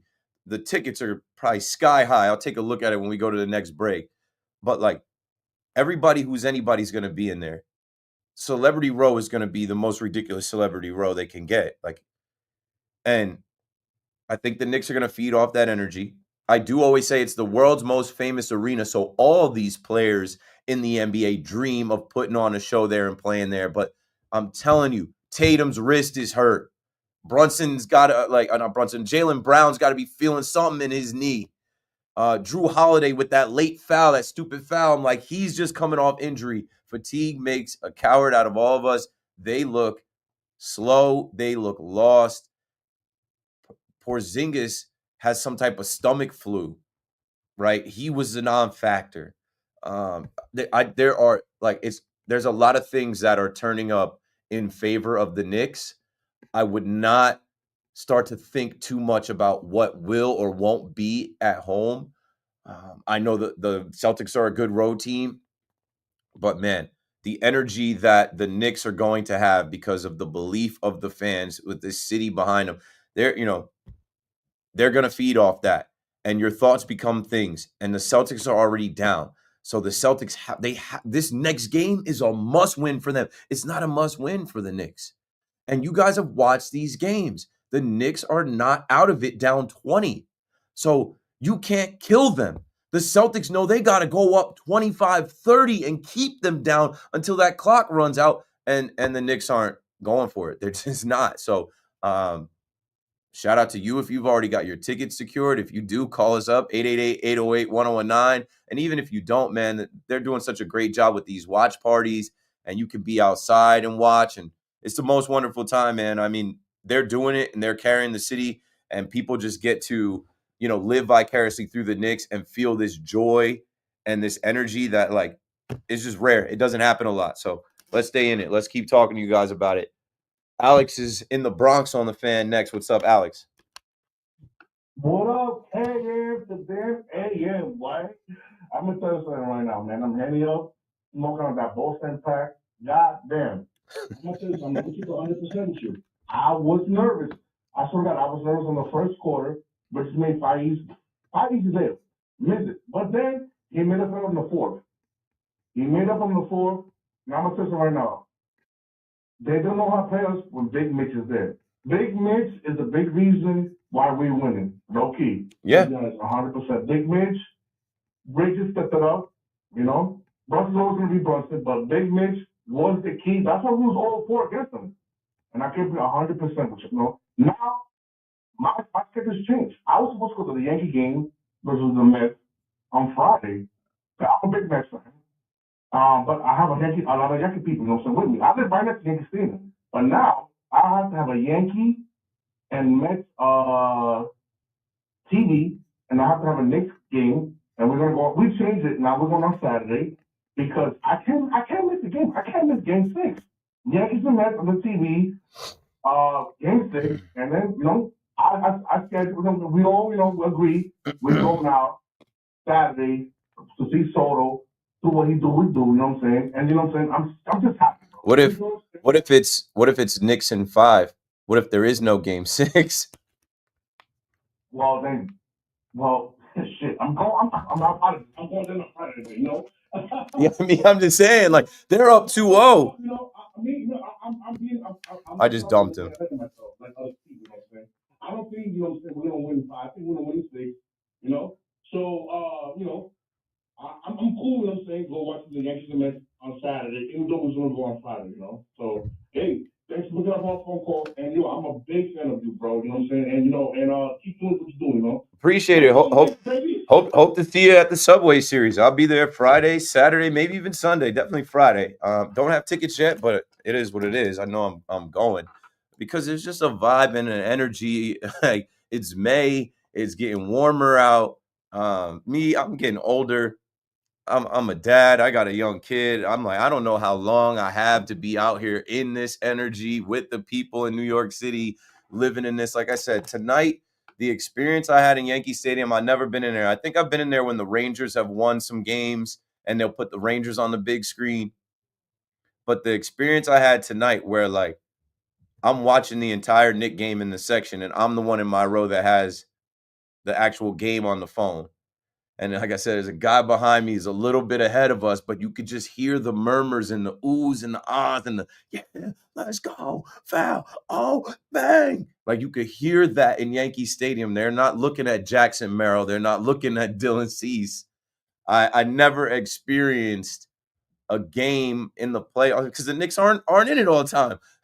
So to be sitting in Yankee Stadium, and that was a big game. That was a nationally televised game on MLB Network.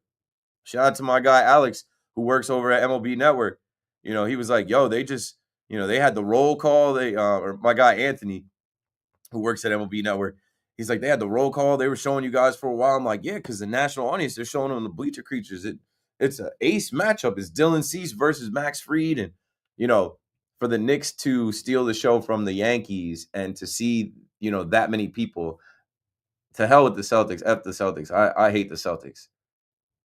And I love New Yorkers and I love New York Yankee fans. And to see Yankee fans in that section all reacting, and then the Yankees put up the 91-90 graphic final on the big screen in the whole stadium. Let's go, Knicks. Let's go, Knicks. Like, you don't have to be a Knicks fan. You don't have to be a New Yorker, but being in there for that vibe and that energy, like, that's crazy. You can't make that stuff up. That's a scene out of a movie when you have that many people in there all on the same wavelength. 888-808-1019. Jeremy out on Long Island on the Fan next. What's up, Jeremy? Hey, how you doing, Steve? Hey, I love your show. Thanks for having me on. Thank you. You mentioned earlier about when you realized the Knicks felt like coming back or whatever. It was a while ago. But, yeah. I don't want to name the bars I was at, but this girl was in a full Knicks jersey, serving drinks to me. I'm like, all right, that's cool. And then she took off her top, literally. And I'm trying to keep it family friendly, so I'm not gonna say any of the It's almost 12:30. It's almost 12:30. She lost it and lost her shirt. Dude, that is when I realized we won at that point. I'm just saying, there's some energy about this team. People are going crazy, for no reason. No, they're losing it in a way that it's like you can't control yourself. Like, I'm telling you, there were people behind us. They were jumping up and down in their seats. I can't blame them because it comes from all the struggle, all the suffer, all the pain, all the losing. Thanks for the call, Jeremy. And it's like, I say this all the time about sports and fandom. Stay down till you come up. The Knicks are up 2-0. 888-808-1019. You stay down till you come up. You pick a team. You stay loyal to them. Because, man, after you put in all that pain, the joy and the euphoria of success and winning, you can't tell the Knicks fans anything right now.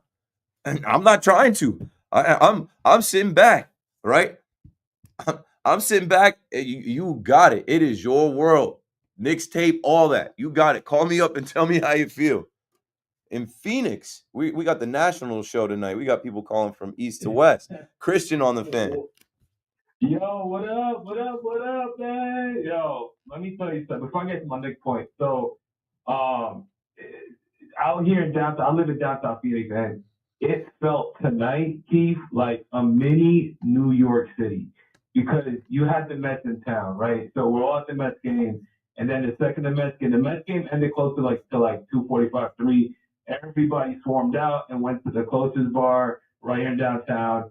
So it is just flooded in Knicks jerseys, Mets jerseys. I was like, yo, this is absolutely insane out here. I mean, you got people spilling outside the bar saying, let's go Knicks. People are hyped over the Mets when Soto hitting two bombs. I mean, it was just a great day out here in Phoenix. And, just absolutely, it just felt like, I lived in New York my whole life now. I've been out here 2 years now. And, it just felt like I was home. You know what I'm saying? It just felt like I was home. And it was just absolutely such an amazing feeling. But I want to go to my next point, man. And I really hope, what people saw the last 2 games from Mikal Bridges understand the process now. I know a lot of people complaining about all the picks we gave up, and no, we're not gonna sign Mikal to this big contract that he wants.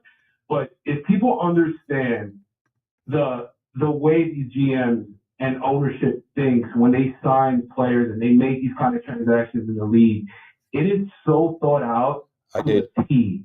And people can say what they want to say about Mikal Bridges and his performance through the year. Well, guess what? Ownership doesn't care. The GM doesn't care. That's not what we brought him here for. We got Mikal Bridges for this exact moment. Yeah. In this moment only. Yeah. Nothing more, nothing less. And people have to understand that. There's a method to this madness. And when these big players come to these cities, it's not, we want to go off for 80-plus games. No, it's for this moment. And so I really hope people that were bashing Mikal Bridges and bashing Leon Rose for this, man, like these 2 games show that Leon really cooked his behind off in putting his team together.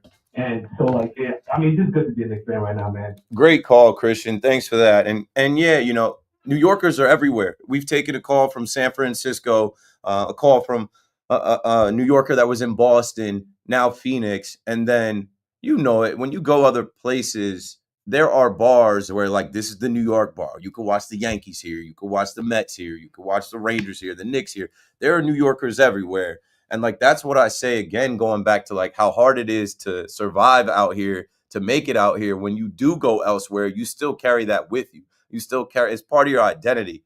And, the Mets going out there and taking the series from the Diamondbacks today with Kodai Senga on the mound had to have it. And then Juan Soto performing like he did. Right now, Juan Soto's got was in a span of a week, Juan Soto's got another 2-homer game. And the Mets make it happen. And so if you're out there traveling to see the Mets on a trip, when I was younger, I used to go see the Yankees play in any city, Chase Field. I've been to Chase Field. Chase Field is a great ballpark to go see. And then, Phoenix is a great party city. You can time it up with going to the Mets, rubber match game, watching them win, and then going to the bars and finding fellow New Yorkers. And that's the thing about New Yorkers too, right?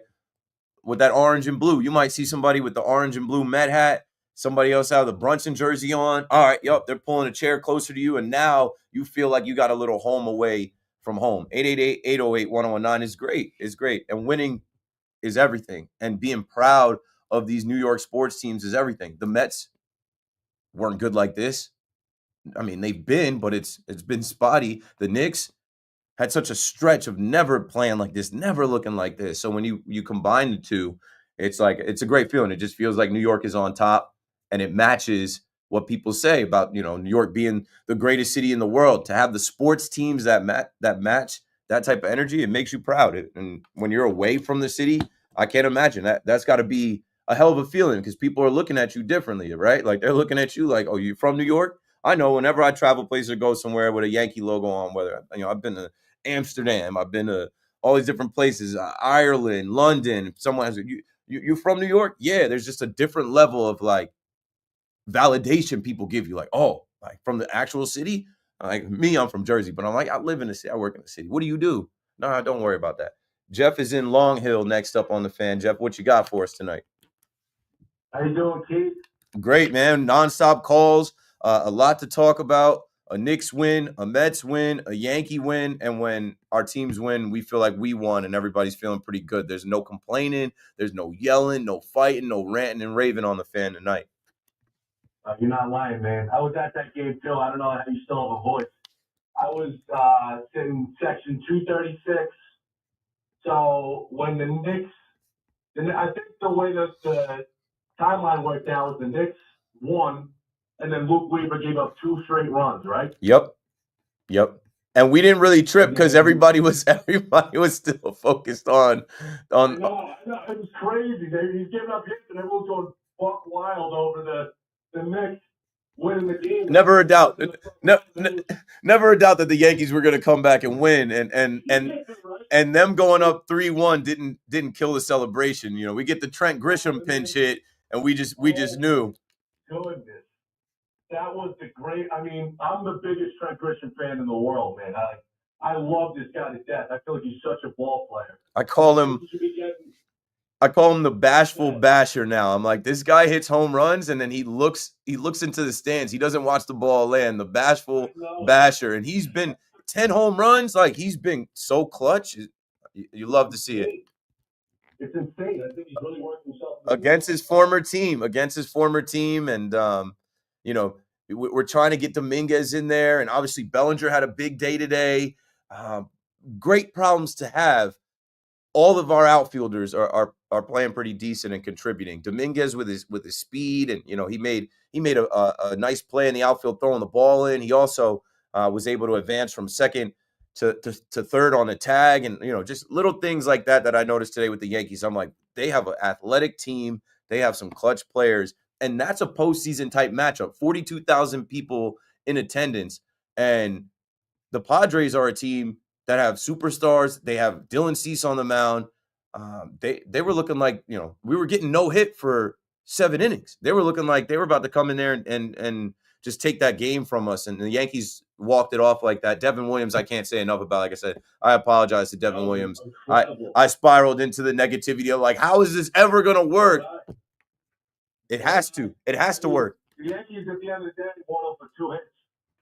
They had 2 hits. They had 2-hit wins. They scored 4 runs with 2 hits. However it works, however we got it done. As I said, the Knicks energy somehow floated from Massachusetts to the Bronx. And I think the Yankees knew. The Yankees obviously know because they're in there and they hear fans cheering and they're not dumb. They know the Knicks are playing. They know that we're not cheering because, 2 runs were scored by the Padres. They definitely know. These guys are from all these different places, like Judge is from California and, Grisham, I don't know where he's from, but these guys aren't from the area. You think they gravitate to the Knicks like that? Or you think these guys still hold their hometown? They're professional athletes in this city. I guarantee you some of them will. Well, I won't say I guarantee you someone will be there Saturday because they're meeting on the road, but they go to these games. I know Volpe's locked in. I've seen Judge, Volpe. I've seen those guys at the Knicks games. They know it's game 2 tonight. They know what's going on, and they know that that their fans double as Knicks fans, and that Yankee fans are so locked into the game. We would not be cheering the Yankees going down, especially with Luke Weaver on. We wouldn't. It was like you were saying earlier, like the entire row I was in, everyone was on their phone watching the Knicks. It was incredible. What an incredible night for New York, man. Thanks for the call, Jeff. The same thing with me. I was one of them. My boy Gabe posted me, and I'm like, I got to be on the radio tonight to talk about this. And I'm like, I knew I was coming to this game, but I knew I had to also watch the Knicks game, and I made sure my phone was charged, and I did both. Shout out to Anthony for sending me the tickets today. I was like, I'm going to the game, but I'm going to watch the Knicks game too. And I wasn't alone. Somebody wrote on Twitter, they're like, oh, you guys are bums. How are you a Knicks fan? And I'm not a Knicks fan, but how are you a Knicks fan going to the Yankee game while the Knicks are playing in game 2? I'm like, it's 2025. We all had it on our phone in real time.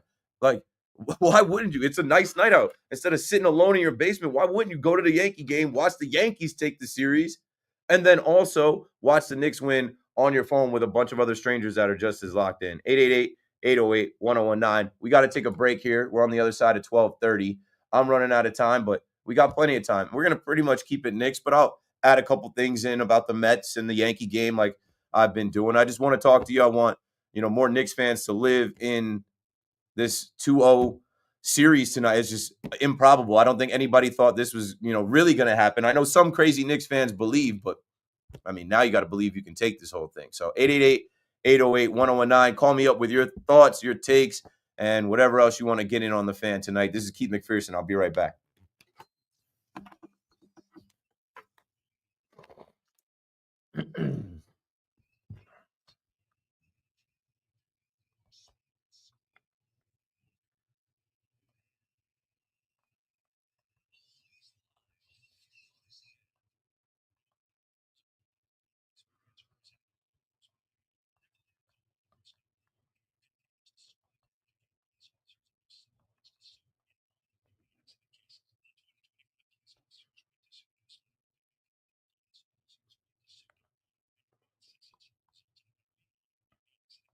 All right, chat.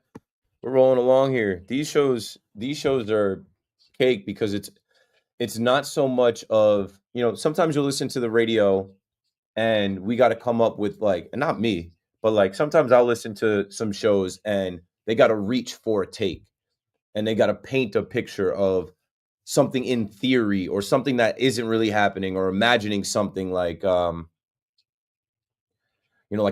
trade for Josh Allen to the Giants to be the quarterback and how it would happen and what would happen and what it would take. And then you'll listen to a whole, couple hours of a show on a hypothetical trade that's never going to happen. And it's I don't do those shows. I really can't.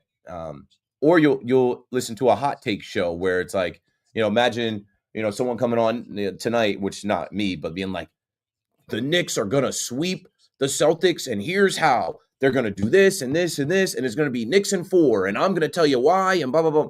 Nah, me, I'm just like, I bring the reality to the radio as much as I can. I'm live right now. You can see me. You can hear me. That's real. And, like I went to the Yankee game so I can paint the word picture and create the theater of the mind for people listening of like what Yankee Stadium was like. And then I lean a lot into the emotion of fans and fandom and how like sports is just strictly entertainment, grown men playing games that we started playing when we were kids. But you started watching when you were a kid, and you might have watched with your pops or your brother, and you might have some of your friends that you watch with still now. And it's one of those only things that can bring people together and make people feel like this. I have a full rack of calls. I haven't not had a full rack of calls all night, and it's just going to be people telling their story about where they were watching the game, how they feel, what they're thinking, and it's a good way to pass the time at night. There's nothing new on TV on. I'm watching the post game a little bit in here, but that's another dynamic about the radio, and specifically the radio in New York, WFAN.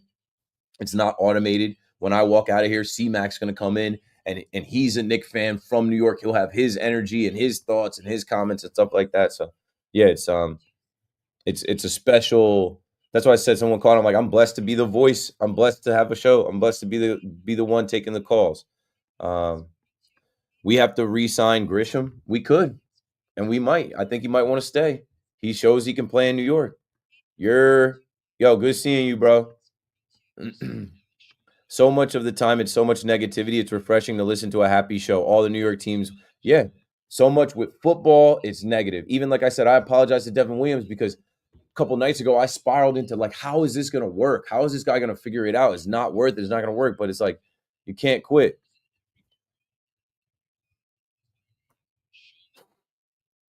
You see it? The Bashful Basher, TG12. What section do you usually sit in, Keith? Do you sit same area or bounce around for different games? If I'm in there, I try to always go and do I try and always do roll call in 203 with the creatures. And WFAN, the good folks at WFAN sales provide me with tickets that are usually in like section 120, 121, 123. Tonight, a good guy on Twitter, Yankees Twitter, named Anthony, gifted me a pair of tickets. Shout out to Anthony G if he's in the chat or watching. Big Anthony, 990, just like had some extra tickets. Now I owe him some tickets if he wants them. So we were in 130 tonight. Sometimes I'm in the suite level. Sometimes I'm in Legends. I bounce around. I'm everywhere. A lot of times I'm in the terrace with the Fresh Direct Terrace with the Terrace Squad. I went to 4 and 5. Yeah, I was at games 3 and 5. Oh, we gotta go back.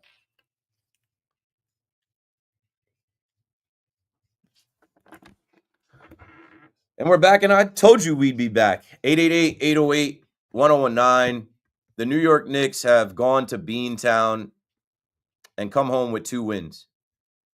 And there are pundits and people that are going to get on TV and radio all day today and have to walk back their arrogant, cocky statements. They're going to have to change their tone. They're going to have to try and figure out how the Celtics come back and win this series. But there is nothing that I have seen to tell me that the Celtics will somehow magically get the upper hand. Let's look at the team stats for a second before we get back to the phones. 888-808-1019. It is glaring that they shot 40 threes and only hit 10 of them. If you add that to the first game, they have hit 25 out of 100. It's historic. It's never happened before. It is so historically bad. Their field goal percentage is 36.2. That's why I said the audacity of the Celtics to shoot so many threes and not go to a different strategy or game plan, but I don't think they can. The Knicks are D'ing them up, and these guys are hurt. Jaylen Brown had a little bit of fire to him, but like Tatum does not look right. He does not look himself. Derek White's going to hoist up 11 threes, only hit 3. Al Horford, old. Kristaps Porzingis, non-factor really, sick, and only played 14 minutes. And he played 14 minutes in the first game that he ended up, he wasn't. Kristaps Porzingis wasn't in the game in the end of the game. Is that because he's ill? Is that because he's sick? And then Peyton Pritchard, the sixth man of the year, who some nights could go off for 20. He ain't been like that, bro. He shot an air ball in this game where I was like, they are cooked. They look lost. They look trash. Jason Tatum, who is the pretty boy, cover boy, supposed to be some type of face of the league, got 13. And they can't get to the hoop correctly. Like, they can't get to the open shot. They can't pass the ball, find the open man. And a lot of that is the defensive strategy and the Knicks just believing and sticking to them. They obviously went on some runs. But no, the Knicks had them right where they wanted them the whole time. Let's see. Points in the paint, even at 42 and 42. Turnovers. The Knicks had some turnovers early where I'm like, there were early points in this game. I'm putting together notes. I'm like, Celtics are chucking up the threes. Knicks are turning the ball over. And not a great start, but it's not how you start, it's how you finish. The Knicks are a team that they finished the game. Celtics, again, largest lead, 20 points. Barely out-rebounded them. But yeah, I mean, the only stat that matters is that one. And like I said earlier in the show tonight, how crazy is it? We're sitting in there and Gabe was like, they changed Mikal Bridges 2 to a 3. And the Knicks win by 1 point. Charlie and Homedale on the fan. Thanks for holding. You got it. Charlie. Going once and twice. And we got too many people on hold to really let you get back. You're still there, Charlie. If you wake up and you want to check back in, just stay there and I'll come back to you. Don in Fort Lee on the fan. Are you awake still off of that Knicks victory? Yeah. I'm so pumped up right now, Keith. So pumped up. By the way, I love your show. I love the way that you're partial, unbiased. I know you're a Yankee homer. I know you have your teams, but you still treat all the callers with great respect and, for their own teams. And look at it objectively. So I think I think you're evolving and you're getting better at what you do. It's bigger than me. I just have learned over time. It is much bigger than me. It ain't always about my fandom or my feelings and the teams that I chose when I was a kid. It's about the city and this radio station and doing a good show and letting people like yourself call in and have your few minutes to say what you feel and what you saw. And I just get it a little bit better now. Appreciate that. So what I was going to say was the 3 Villanova guys. I'm a Villanova grad, and these guys are true leaders. And they won at the college level together, multiple championships. So that kind of carries over. They have that experience of playing under pressure and handling that. And the fact that Tibbs plays extra minutes for all these guys throughout the year, they have their legs under them, just as you were stating. And I just think it's not an accident that so many shots are getting missed. It's because the defense intensity is so high in the playoffs. And you're working so hard every possession to stop the other team that you're exhausted. And when it comes time to shooting the ball, you don't have your legs, you don't have your stamina, you're exhausted. And that's why there's so many bricks. So many shots that are off by so much. Yeah, I'll hit you with the numbers. OG had a block. Karl-Anthony Towns had a block. Brunson had a block. Josh Hart had 2 blocks. OG had 4 steals. Bridges had 3 steals. Mitchell Robinson had 3 steals. Miles McBride had a steal. They are blocking these guys' shots and taking the ball from them. They are on them like that. And yes, there is a championship pedigree that exists from the Villanova Wildcats program with Jay Wright.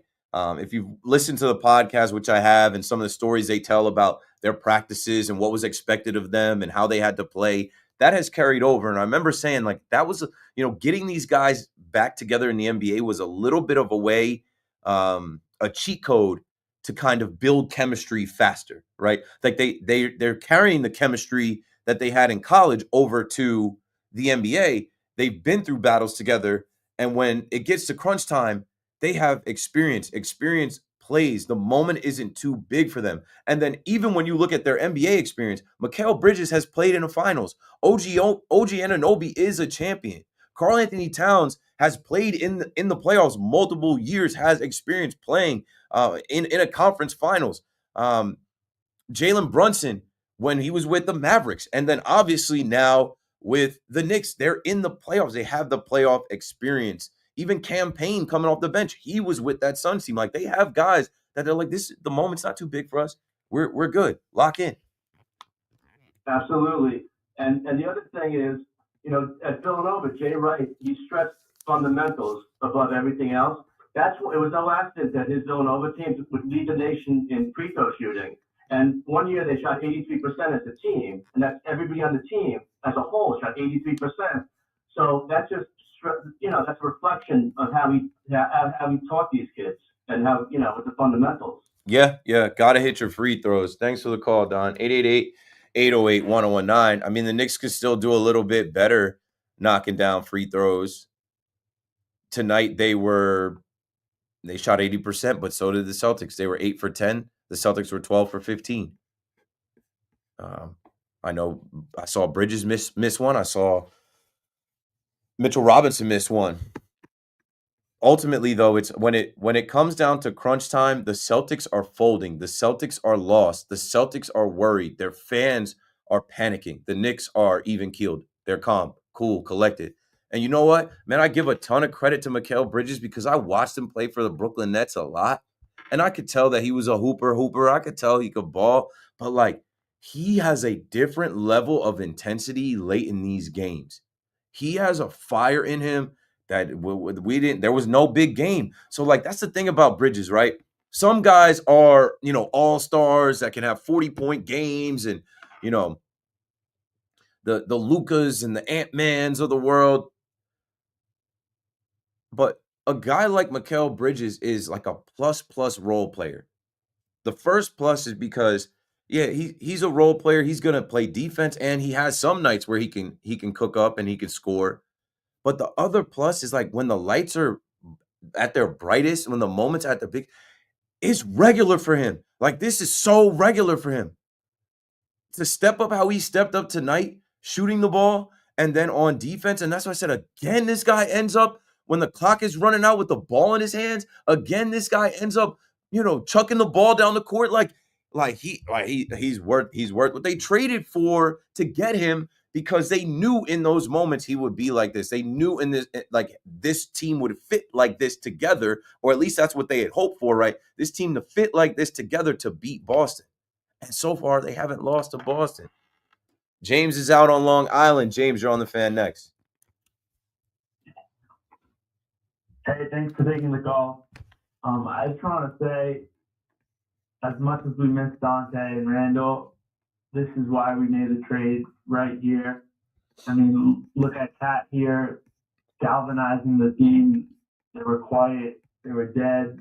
They were ready to, Brunson didn't look so good. None looked incredible, really. Brunson had 8 points, I think, until the fourth quarter. And Cat driving to the hoop, bringing the intensity here that we needed in the playoffs. We knew the last few years it wasn't really working. We looked good, but, we struggled here and there, and we never really got past the thump. And it takes two guys that play with that intensity. Brunson couldn't do it alone, and I think Cat is a perfect fit for this team. Yeah, Bodega Cat turned it on early in the game. Thanks for the call, James. I know I was clipping it in the stadium. I took the screenshot because Mikal Bridges had 0 in the first half. And Brunson, like I said, it felt like Brunson was 3 for 10 with 7 points for way too long. But Cat, he wasn't trying to shoot the three. Cat was getting it done in the paint. He had 14 points, and he also had 10 rebounds. So, like, early in that game, you could tell, like, all right, it's different. And I talk about how in the series, you're playing the same team over and over again. You got to give them different looks. You got to attack them in different ways. And tonight, it was Cat that got it started. 888-808-1019. Let's go back to Charlie in Homedale, see if Charlie's there. A 1, a 2, a 3. Wake up, Charlie. I apologize. Would you expect anything different from a CBA grad? Tonight was so special. I got to watch the game with my dad, and it was just an unbelievable feeling how they came all the way back. And then the way they won was just remarkable. I mean, Mikal Bridges, I mean, if you can't pat that guy in the back for the last 2 wins, I mean, you're not really a Knicks fan. Yeah, enough of the Bridges hate. Nobody's hating on him now because you know what? In New York, we value the postseason and the playoffs so much that it can erase. Like, he's already erased the regular season. People have forgotten about what they were saying about him in the regular season. Yeah, we won those 2 games on defense, not offense, which is like unheard of in the NBA these days. I mean, what I'm seeing here, and thanks for holding and thanks for calling back, Charlie. And yeah, CBA, nah. I used to go to the CBA dances. CBA is the Christian Boys Academy, all boys school in Monmouth County. They're pretty good. They're pretty good at all the sports. But they would have these like dances where they would invite all the girls from all the schools in the other, towns in the county. And then the dudes wouldn't even show up to the dances. And I always used to find a way. I went to like 2 or 3 of them. And the ratio would be like 70% girls to 30% guys. And I didn't go to CBA. Those were good times back in the day. Sidebar. But yes, with the Knicks and the Celtics, what I'm seeing is a Celtics team that thinks that they can do their new age, chuck up a bunch of threes, shooters shoot. They're going to fall at some point. 3 is more than 2. So if we chuck up more threes than you put up 2s, we're going to win. Like I said early in the show, the Celtics are so stubborn. They want to win their way instead of taking what the Knicks give them. The Knicks, they'll go through the front door, the back door, the side door. They'll go through the kitchen. Whichever way you let them in to potentially win the game, they're taking it from you. And if that's defense, if that's Brunson shooting shots, if that's Mikal Bridges shooting shots, if it's and one, if it's getting to the line, if it's whatever, if it's finding an extra pass, you want to leave Josh Hart open, Josh Hart will get it done. If it's blocks, if it's assists, it's steals, they are doing everything in their power to fight and claw and scratch their way to victory. The Celtics want to do it their way, and it ain't working so far. 888-808-1019. Anthony is in Brooklyn on the fan. What's up, Ant? Hey, Keith, great show. Yeah, you kind of just mentioned it a couple of minutes ago. I mean, really, Cat kept him in that game through the whole first half.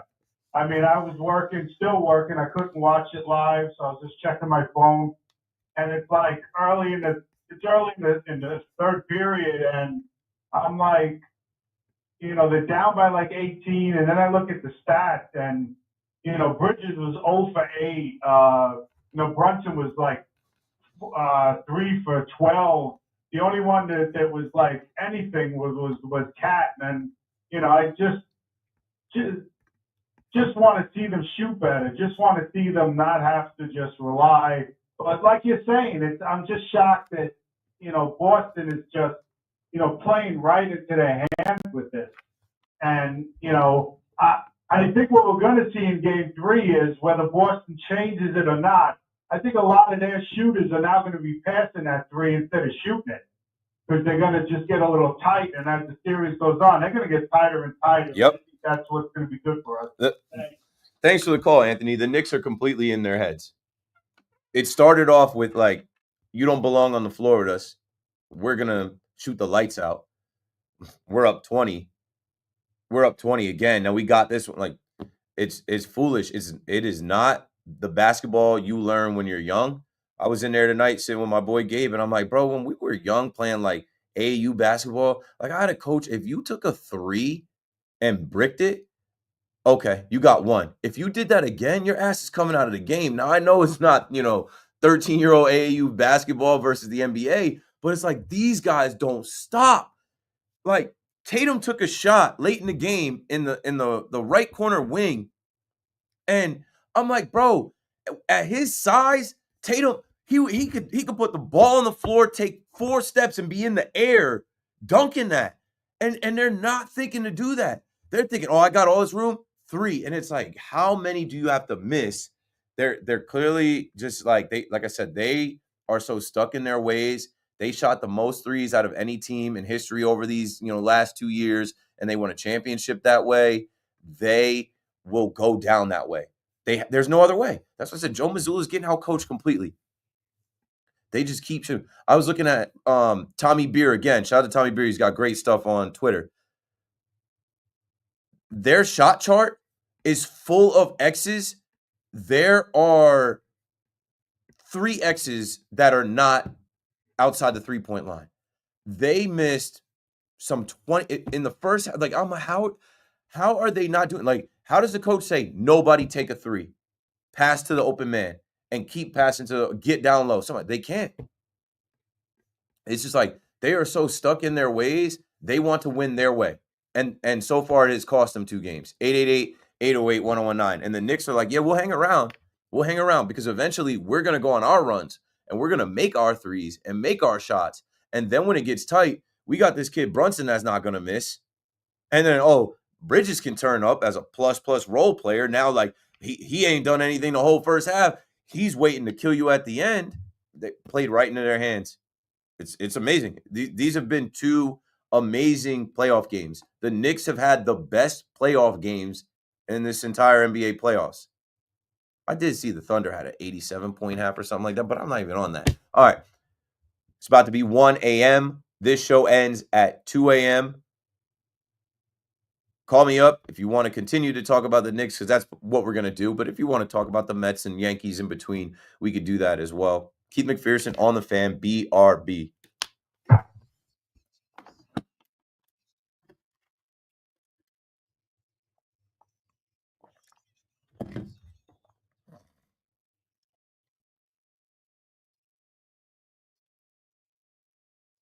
Hey, yo.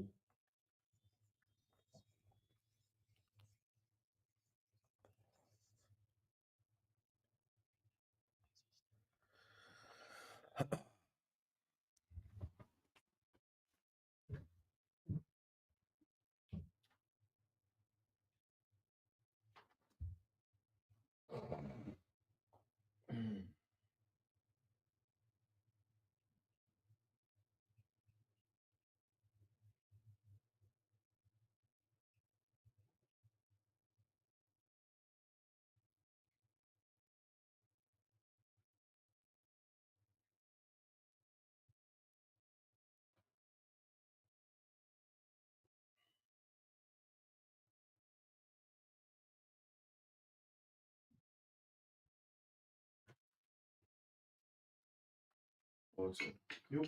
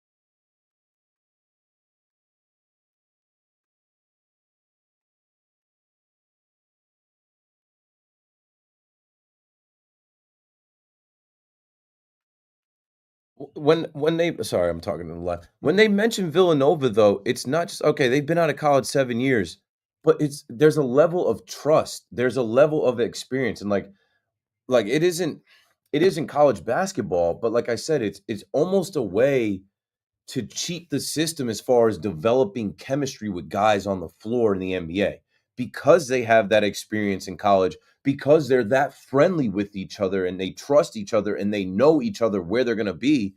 Like it does play. It does. I mean, if you've ever played basketball, if you've just played pickup basketball with strangers versus going to play pickup basketball with your boys and knowing like, all right, this guy, he can shoot from here. He likes to be down low. Oh, this guy has a good handle. Like it is something worth noting. And they're the way that they were coached and taught how to play the game under Jay Wright, they have a championship pedigree. It's not something that we could just leave off the table, in my opinion. I think it's valid.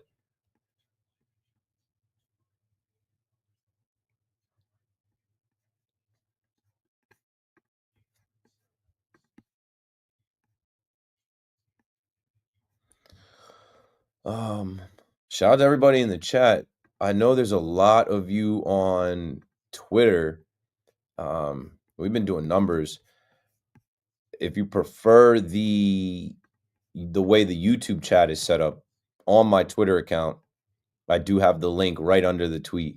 I see there's a couple people on Twitch as well. So 1 more hour to go.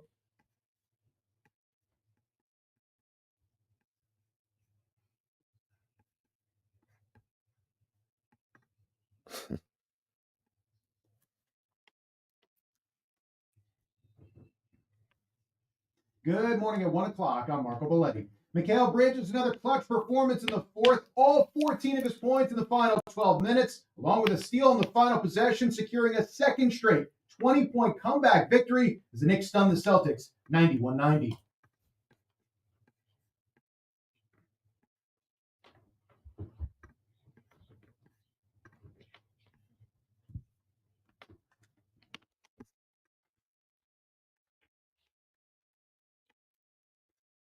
Jalen Brunson just 17 points, but 9 of them in the fourth quarter, including the go-ahead free throws, as he continues to come up big in the clutch moments.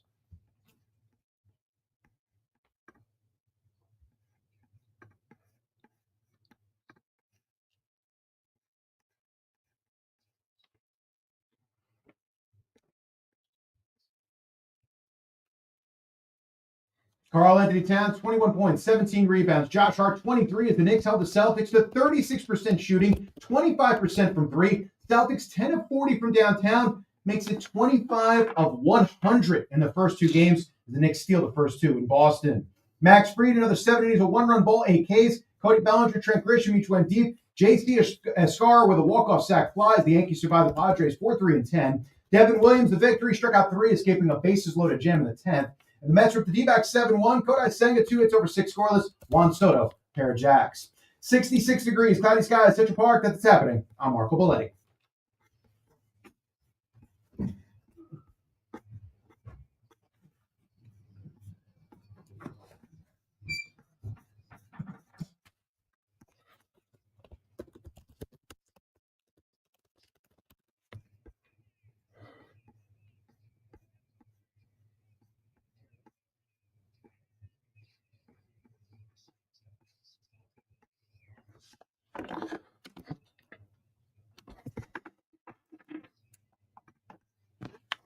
Please, do you have the roommates pod pregame link that? Yeah. Okay, I'm going to throw that, and I'm also going to try and find some Celtics postgame audio. And we're back.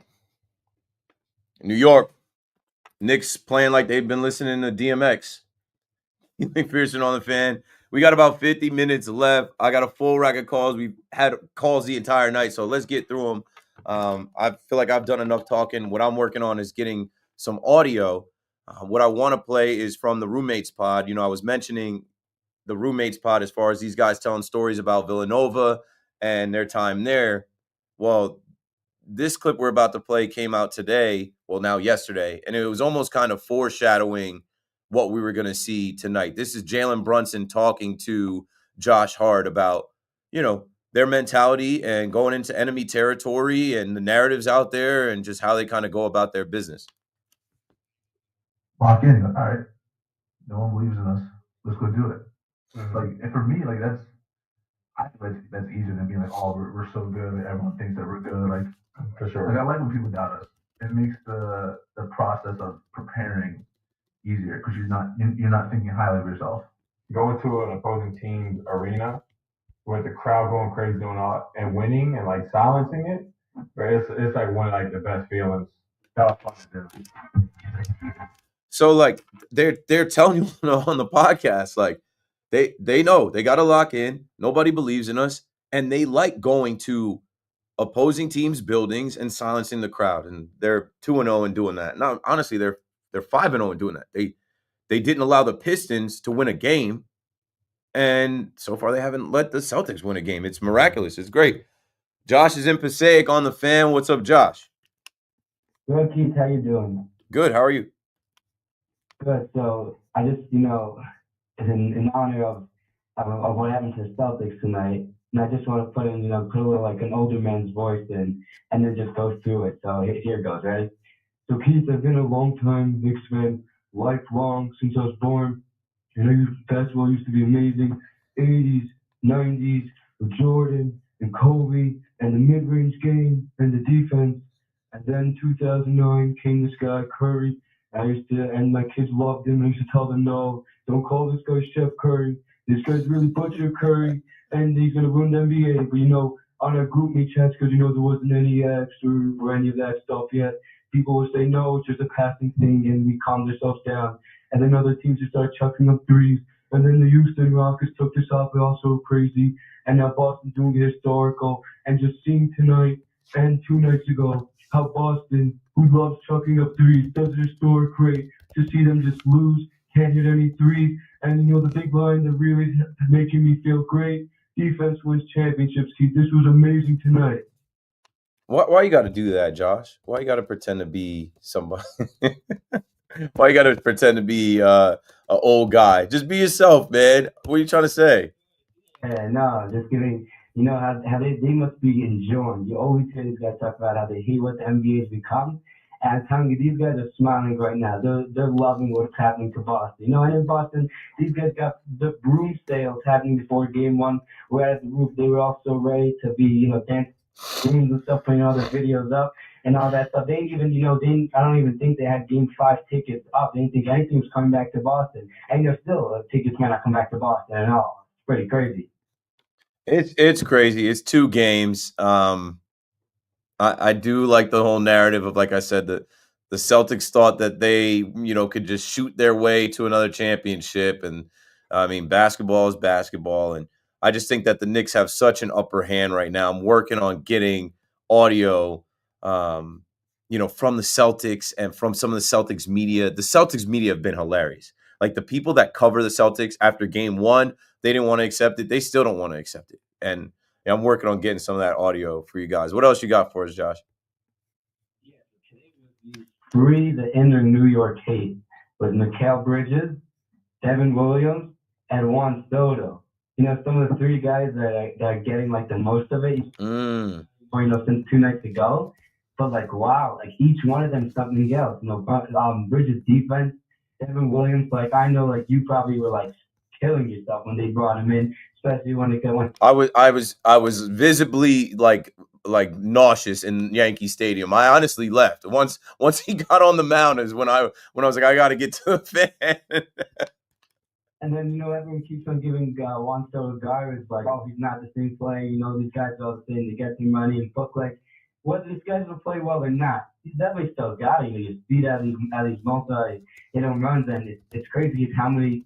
And I was talking last night about how spoiled Mets have become. We expect the pitcher to not give up more than 1 run, and if not, he's doing bad. And it's just an amazing thing. Now with Devin Williams, we're talking about last night, is that it would be amazing for the Mets to go trade for him, throw him in the pitching lab, make him come out being an excellent feast. Now that he has this high leverage, I don't know if it changes too much, but who knows, Keith. Anyway, thanks for taking my call. Have a great night.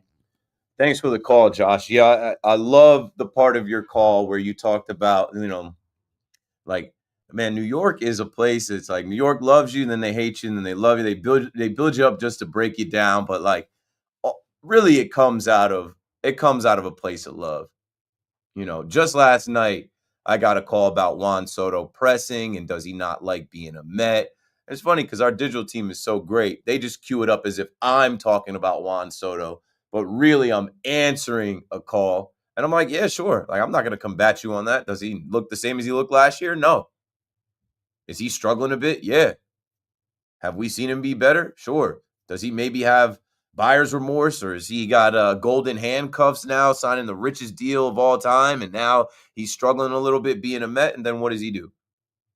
In the rubber match, against a team where, like I said earlier, the Mets needed to beat. Like, I know it's not a must win, but as far as the season series goes, and Diamondbacks already coming to Citi Field and going out there right after, the Mets needed to beat them today. If they would have lost to them today, that would have given the Arizona Diamondbacks the tiebreaker when we get to the postseason. And the way it's looking, like the National League West, people are already saying, hey, they could put 2 wildcard teams, 3 wildcard teams in.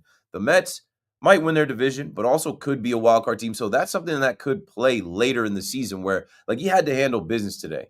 And, as much as I troll or make jokes online about Juan Soto because he did leave the Yankees and go to the Mets, I know what Juan Soto is. I watched every one of his at-bats, and before that, I watched his career, and I have said he's going to have multiple 2-homer games. Now he's just done it in a week, right? Had 2 in a week. This time, the Mets didn't waste those efforts. This time, the Mets end up winning. So Juan Soto takes all of the negativity, which there were some ridiculous things written about Juan Soto this week, about him hanging out in the bullpen and some other stuff that I'm not going to bring to the radio that I read on Twitter. I'm like, this is ridiculous. But ultimately, Juan Soto is happy that his family is happy and that his contract is done, and he's going to settle in just fine to this season and be Juan Soto. I'm not rooting for it. Devin Williams, I'm rooting for, even though I spiraled into the negativity when I stacked all the things about Pete Alonso broke him. They changed the beard policy for this guy. The fans are already booing him. They booed him on opening day. They chanted, "We want Weaver" when he was out there. He already lost the closer job. He can't throw strikes. He's walking guys. He's already been involved in 4 or 5 games that the Yankees lost. How does he climb out of this hole? He's too deep in it. It's not going to work. And then I was at the game tonight really wanting to win that game because the first game of the series in the rain, when the mound wasn't good, Devin Williams was there and, helped us en route to blowing that 3-0 lead and losing that first game. I'm like, you can't lose this game today. After being no hit, after Jackson Merrill, 1 pitch, he gets off of Max Fried. I'm like, we need to win this game. But then we're sitting there and we're all thinking, who do we have left? Who's up in the pen? Devin Williams. And Devin Williams being a high leverage reliever, being used to coming in at the end of the games, the Yankees, and I said, I know they're going to try. They're going to keep trying to fix him. They're going to work on him. So as much as we were critical of Juan Soto and people hated on Juan Soto, he's got to do this and he's got to perform, and where is it at? We're not getting a return on investment. And Devin Williams is here and the pinstripes are too heavy and it's not going to work. He got the opportunity to shut everybody up, and he did. The Yankees don't win without him. And last but not least, Mikal Bridges. Oh, the 5 picks. We gave up 5 picks for Mikal Bridges. Oh, he's not worth 5 first-round draft picks. Yes, he is. Yes, he is. Because that feeling that you got after winning that first game and that second game, that does not happen without Mikal Bridges on the floor. Yes, he is. You don't know who those picks are going to be or what they're going to. You could care less about those future picks. You're living in the moment, in the present. So, man, shout out to Mikal Bridges, Devin Williams, Juan Soto. These guys fighting through the hate, the negativity, the skepticism, the doubt. And when they get the opportunity to be who they are and show who they are, they did it today. Well, yesterday. 888-808-1019. Ross is in Bergen County on the fan. What's up, Ross? What's up, my man? How you doing? I'm good, bro. It's unbelievable, man. You're just talking about Bridges, right? And I guess kind of like a good thing come to those who wait type deal. Because you talk about it and you see online that F those picks and everything kind of like from the Rams regime. I think it makes up for every single time that, just this past series against Detroit, game 2 was they looked like bitches for free throw lines, basically almost airballing at the game in his hands, almost airballs from the top of the key. Look, if I'd be happy if I never saw him to shoot another 10-foot jump shot again. At the end of the day, it took him until the fourth quarter to score. Like you said, you know what? Back-to-back games where he has the game-stealing turnover. One obviously those first, the other night, essentially just whipping it out of Jalen Brown's hands. And tonight, man, the stuff where he was like the angle he was at, that was like legit hard to pull off. And I think that's just kind of stays homage to the type of defender he is. And who knows? I don't know if we can definitively say the trade was worth it just yet because all of the down points in the season he's had. But in 2 games, man, at least for me, speaking on the every little thing I said to him and say, he can't shoot to save his life and all that. He saved himself these last 2 games because he is the face of these 2 wins. Obviously Brunson and OG popping off in game one. He wasn't really a single standout player tonight. But man, the fact that he iced both games kind of speaks testament to how bad, I don't say how bad his regular season was, but kind of how rocky he was, and the fact that he's making up for it in the playoffs. So, but one thing I'll say really quick, Keith, that I disagree with you on, I think Game 3 becomes more of a must-win now rather than even if they lost today and it was 1-1. I think it's even more of a must-win now because you look at, and I know last year you kind of take it with a grain of salt with the injuries and everything, but the one thing I can't see, man, is even you look at as recent as tonight in that first quarter, they finished that first quarter with 13 points. Okay, I got some post game I sent to you. We at least got one on the road, kind of ease up on the gas pedal a little bit. No, man, if they want to stick it to this team, they got to go full-fledged. You got to treat Game 3, even though you're up 2 games to none. Ross is queuing us up to go to Joe Mazzulla. Because the second you let them back into the series, the second they're all of a sudden the team that's coming back down 20+, and then they, God forbid, knotted up themselves, and now it's a 3-game set where they got home field or home court yet again, man. I don't want to repeat of last year. So I almost think Game 3 becomes more of a must-win, even though they're up 2-0. You just can't have that sense of complacency, man. So this Saturday, they got to go all in and treat it like it's a must-win as well. Yeah, I'm with you. Thanks for the call, Ross. Like, I don't think that they're going to take their foot off the gas at home. I think having the fans behind them is going to help. It's the Garden, bro. And, like, the Garden is going to be up. Like, it's going to be so crazy. It's not going to be like it was for years or any other since the night. Like, I just know because of the belief in this team, because of the stakes being where they are, because of the series being where they are up 2-0. I said I was going to work on getting us some audio so you can hear a little bit of the other side, right? Joe Mazzulla, who's getting completely outcoached. And I don't know if you follow him or are aware of him, but he's very smug and quirky, and he's got this certain way about him. And a lot of times I just think he's along for the ride. I don't know. I mean, like what he inherited from, I talked about this the other night, the Celtics going from Brad Stevens and moving him to operations, and then going to Ime Udoka, and then Ime Udoka doing what he did, off the court. And then this guy kind of just falling into his position so young with such a talented team that they put together. I'm like, this guy is just along for the ride. I don't know how much he's really this basketball savant, mastermind, whatever. Let's start playing some audio real quick before we get back to the phones at 888-808-1019 from Boston and what they're saying and what they're thinking. Here's head coach Joe Mazzulla. Before we get to Game 3, here's what he had to say after Game 2 tonight. What happened there in the last 5 minutes? It seemed like you guys couldn't score, and they just made every play. Yeah, they made every play. And I said, throughout the fourth quarter, I thought we generated some good looks. And then I thought we had some live ball turnovers, and they took advantage of it. So they made the necessary plays to win. We put ourselves in position to do that, and we just didn't make the plays.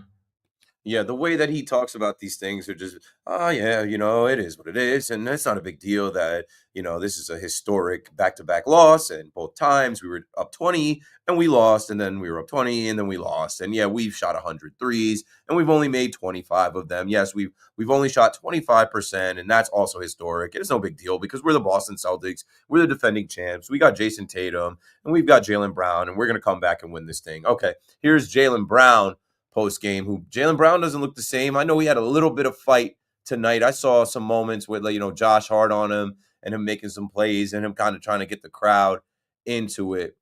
But ultimately, I've seen him and I've seen Tatum dominate, and they are not dominating. They both look a little bit lost, a little bit unsure of themselves. Let's hear what he had to say after this Game 2 loss tonight. Take a deep breath and just go out there and do what we're supposed to do. We got to be better to close games, and we got to learn and respond fast. So that's the key. Shift your mentality, shift your focus. What's in the past is over with. Let it sting a little bit, and then do whatever it takes. Game 3. Yeah, do whatever it takes. So you say do whatever it takes, but are you willing to do whatever it takes if whatever it takes you not shooting all of those threes? I don't think you're willing to do that. Robbie in Lennox back on the fan. What's up, Robbie? Hey, Keith, thanks for taking the call. I'm watching a little bit of the Knicks game, and I'm looking at the third quarter. They're down by 20. I'm like, heck, with something on the game. So I watched the Yankee game. All of a sudden, the Knicks banners are flying in the stands. I'm like, what's going on? So I flipped back and I saw that I had recorded the game because I get so nervous watching it. And like I said, on this station, I've been calling 38 years. I hate the modern day NBA. You know that. I mean, we've talked about the modern day NBA. I can't stand watching. The reason the Knicks won tonight, obviously, they made some clutch shots and they got the ball inside. But the Celtics showed how stupid the NBA really is, and boy, I can't stand watching it most of the time. How could you be up by 20 points? If you're up by 20 points, Keith, why are you launching 3-point shots? That is the dumbest thing. See, this is the difference between basketball, say, 20 years ago and basketball now. That the 3-point shot was used as a weapon. The 3-point shot was used intelligently when you needed to get a lead, to break the lead, when you needed a clutch shot. No, it's used by guys who are up by 20 points. What sense does it make? And you have a guy like Porzingis who's 7 feet. And here's what's killing me with the Celtics, right? Tatum's in the corner, right? There's nobody near him. So what does he do? Launches a 3. How about driving the basketball and dunking it? Then he does it the second play, before they did the last play. If you notice what they did, the Knicks, they tried around the same play again, okay? They tried around the same play. And the second time, Mitchie got on him, and then OG helped out, and then he still had the ball.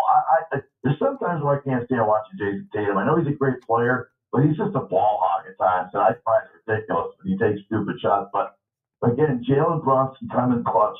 But it's just hard to watch the NBA right now for me. Honestly, I try. Like tonight, the Nuggets gave up 149 points to OKC. 149. They scored 80 plus points in the first half. How is that defense? How do you possibly give up 87 points in a half of basketball and on the floor, Keith? I haven't seen this. I haven't seen the highlights, but in defense of the Nuggets, the Thunder can attack you in so many different ways. They have a lot of good players, and it's pick your poison. And either way, you're going to get got. Somebody's putting that ball in the hoop. Yeah, I was watching what's the name tonight? Their best player. He's just SGA, Shai Gilgeous-Alexander. Yeah, that's what they call him. But yeah, he's fun to watch. But anyway, going back to the Yankees for just a second. I thought it was good for Devin Williams tonight. I really did. When he got off the mound, the emotion, and then obviously, for JC coming off with the sac fly to win the game, and it was a big win tonight. Max pitched great. Max has been great. Let's be honest. I don't know, Keith. I don't know if this is like a World Series championship team. There's a lot of holes, but look, there's a lot of young kids on this team, and it's fun watching them. So at least the baby bombers are having some fun. So I'm enjoying that. But I have to say, honestly, with tonight was a great night because the Knicks won, the Yanks won. I have to say, I didn't root for the Mets. Isn't it funny, Keith? I never hated the Mets until Juan Soto became a Met now. I mean, I've been watching the Mets since 1973, since I've been watching the Knicks. Gives you a villain. That was my take a while ago. I'm like, now there's a villain. Now there's this figure. He's coming back to Yankee Stadium on Friday. It just ratchets things up a little bit more. The reaction's gonna be, man. What do you think it's gonna be? It's gonna be a mix of everything. Tiki Barber's telling people to turn their back and be quiet. There's a guy outside Yankee Stadium selling F. Juan Soto shirts, so there's gonna be some of those chants. There's obviously gonna be boos, and Mets fans live in New York as well, so there's gonna be cheers. It's just gonna be loud. It's gonna be loud. It's going to be a wild series. Anyway, brother, thanks for the time, man. Let's go next. I mean, you know what? I agree with Ross. And by the way, Ross, I don't know if he agrees with the Sullivan hire with the Rangers, but sometime I'll hear Ross. But I agree with Ross. I think Game 3 is a must. And even Shaq did that tonight when I watched the post-game show. Yeah. Come out flying and put this thing away already. I mean, don't give the Celtics a chance to get back in the series. So, thanks for the call, Robbie. Yeah, I mean, if you could draw it up, like this is a dream scenario, right? You go take the first game, and everybody says the series doesn't start until the road team wins. Okay, it started in the first game. Then you take the second game, right? You already had home court advantage. Then you take the second game, and now the odds are literally in your favor to take the series. You're up 2-0. They have to win twice as many games as you have to win the series. They got to get 4 before you get 2. Oh, now it goes back to New York, and your building is going to be upside down. It's going to be a ridiculous atmosphere that, like, maybe the Celtics are ready for. I don't know. I think the Knicks are just as ready for it as they are, so put them away. Put your foot on the gas. put your foot on their throat, like put the nail in the coffin. You go up 3-0, you're not blowing a 3-0 lead, right? I don't know. It's a series. I'll say this. The NBA doesn't want this to be a quick series. And most of us thought, and I know I listened to a lot of pundits, like Boston, they were like, these people in Boston, man, they overly believe. They were saying Celtics in 5, and they were saying they only were saying Celtics in 5 because they wanted to show the Knicks a little bit of respect that they won't get swept. Now, they're halfway to being swept. So I'll say this. Your thoughts become things, and in these games, you can feel it. Like the Celtics know now a 20-point lead is not safe. They got to go up by 25, 30 in the Garden. They might not get there. And if it's close in crunch time, the Knicks have obviously Brunson, but Mikal Bridges as well. That's going to help him close this thing out. So, yeah, it's going to be an interesting Saturday afternoon into the nighttime in New York at Madison Square Garden. Here's Osama up in the Bronx on the Fan next. Before we go to break, you got it, bro. Go for it. Hey, hello. How you doing, Keith? Good. How are you? I'm good, brother. I just want to say, I like your show. You give it a lot of authenticity, and me being born in the Bronx and raised, I really get you sometimes because you give this show the sazon I thought that be missing sometimes. Appreciate it. Talk about today. No problem, boss. I want to talk about today's game, man. It was a great game. But I don't know because I'm a Knicks fan or not, but I felt like the refs were horrible today. That third foul on Cat, that should not be called in the playoffs. It's a physical game and everything. And when Jalen Brunson went up for that 3, and White didn't give him his landing space, and that should have been three foul shots for So it is what it is. But if Brunson ended up rolling his ankle, it would have been a different story. But I want to talk about, I know the unicorn is he's sick, something with his stomach for Vegas. Brown is going on with his legs and hammy. Tatum got his issue with the wrist. But I think it's the perfect storm for the Knicks. They're greedy, they're hungry, and I think it's sometimes for a team to go deep in the playoffs or to win the championship, you need a little bit of luck. And maybe we find it this year because what happened to us last year with OG getting hurt and what happened to Mitch with Darius player in the NBA and all that stuff. So I think the Knicks got that taste from last year, and I think it's really making them drive this year. And as long as the Knicks keep it close in the end of the game, then we got Brunson, calling Mario Rivera out there when clutch time. So as long as we keep them close in the fourth quarter, I think the Knicks should be able to win. But Town got to do what he kept doing today. He got to go eat. I was concerned about Bridges in the beginning of the game. I thought game 1 he had played 51 minutes. I thought he was not gonna have his legs on him and stuff like that. But in the fourth quarter, he became a demon. But I really personally think that also that Josh Hart is the key. As long as he keeps doing what he's doing, he's all over the place. He gets rebound, offensive rebound. But I think if he can give us at least 15 points, the Knicks should be in good shape. Yeah, if they're gonna let him shoot, if they're gonna leave him open, he's got to take advantage of it. Yeah, because I felt like if he was a little hesitant, but now he's just he's open, he's shooting it, and Thanks for the call, Osama. Appreciate it. 888-808-1019. What I'll say here before we go to break is that the Knicks have a team, and all 5 of their starters on any night can start. All 5 of their starters on any night can have 20 points. Tonight, the leading scorer was Josh Hart. If you would have bet that, right, for Josh Hart to have 20 plus 20 points, probably cash you some good money. It could be OG like it was in the first game. Mikal Bridges. You just don't really know at what point they're going to turn up, and that keeps the team off balance. The Celtics obviously have their stars, but I'm telling you, they're compromised. I think we all know that now, and you're starting to see that now. I don't think they're as physically conditioned as the Knicks. Kristaps Porzingis has like a stomach virus, something. He's sick. Will he shake that by Saturday? Perhaps. But how much of a difference will it make? I don't know. Jaylen Brown had a right knee issue late in the season. I think he's still feeling that. They're not going to say anything because it's the playoffs and you got to tough it out, gut it out or whatever. But Drew Holiday had a hamstring strain. I think he's still feeling that a little bit, right? Curry's out with a hamstring strain right now. They're saying that they don't know the timetable for his return. Holiday is back. But I mean, when Holiday made that foul on Brunson, I'm like, this guy is not like you like. I feel like, that's a mistake you make when you're a little bit compromised. And last but not least, Jason Tatum, he's got a wrist injury. There was a point where I saw him adjust his wrist in this game where I'm like, yo, they got them. They got them right where they want them. They're hurt. They're reeling.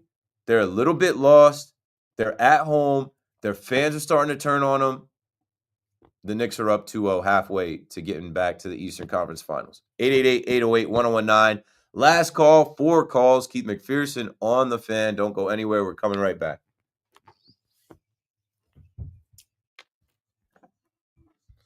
Bro, I know I was going to start appointing some moderators. Who is it? I saw Hebrew Hammer coming into the chat tweaking. Like, the thing about these like live streams and the internet, obviously I'm live on the radio right now, and I'm live on my YouTube channel, which is building. I'm live on my Twitter, which is building. And I do this as a way at 1:30 in the morning to entertain, but also to connect people. You guys, for the most part in this chat, are strangers. I am building a community in here where some people have returned nightly for my shows and kind of see each other. But when somebody comes in like Hebrew Hammer, you're banned and you're removed. Especially with like I'm at work, bro. He says something about a Coke drip. Like I got like a Coke drip. I have allergies. So if you see me touch my nose is itchy. I have allergies. It's the spring. If you see me do that, like we're talking cocaine. That's what you're on. I'm at work. There are cameras all through here. If you look at WFAN's Twitter or Instagram, they just clipped up a video of me and put it online. You think I'm in here doing coke? People are so dumb. I'll see stuff all the time. People are like, oh, he went to the game. He's at work drunk. He's drunk on the air. I drove here. I drove to the game. I have a 2-year-old child at home that I have to drive home back to New Jersey to. I don't know who people think I am. I don't know who people think I am. Yeah. And like I know there's a lot of these like nerd Met fans like this, like Soto 2 home runs, by the way. You think I didn't like watch them and hear them in real time? I'm a New York sports radio host. You think I wasn't watching, paying attention to the Mets game? Of course. Yeah. If you allow it, the internet will make you sick because it's rife with a lot of garbage. I allow it, but I don't let it make me sick. So before I did radio, I was a social media manager at companies in New York, and I would read so many ridiculous things, but I had anonymity. I was anonymous behind the accounts, and I would read all this stuff, and I'm like, this is terrible. So now I attract all this stuff on the internet, and I don't care, but it's just like, I just don't know what people be on.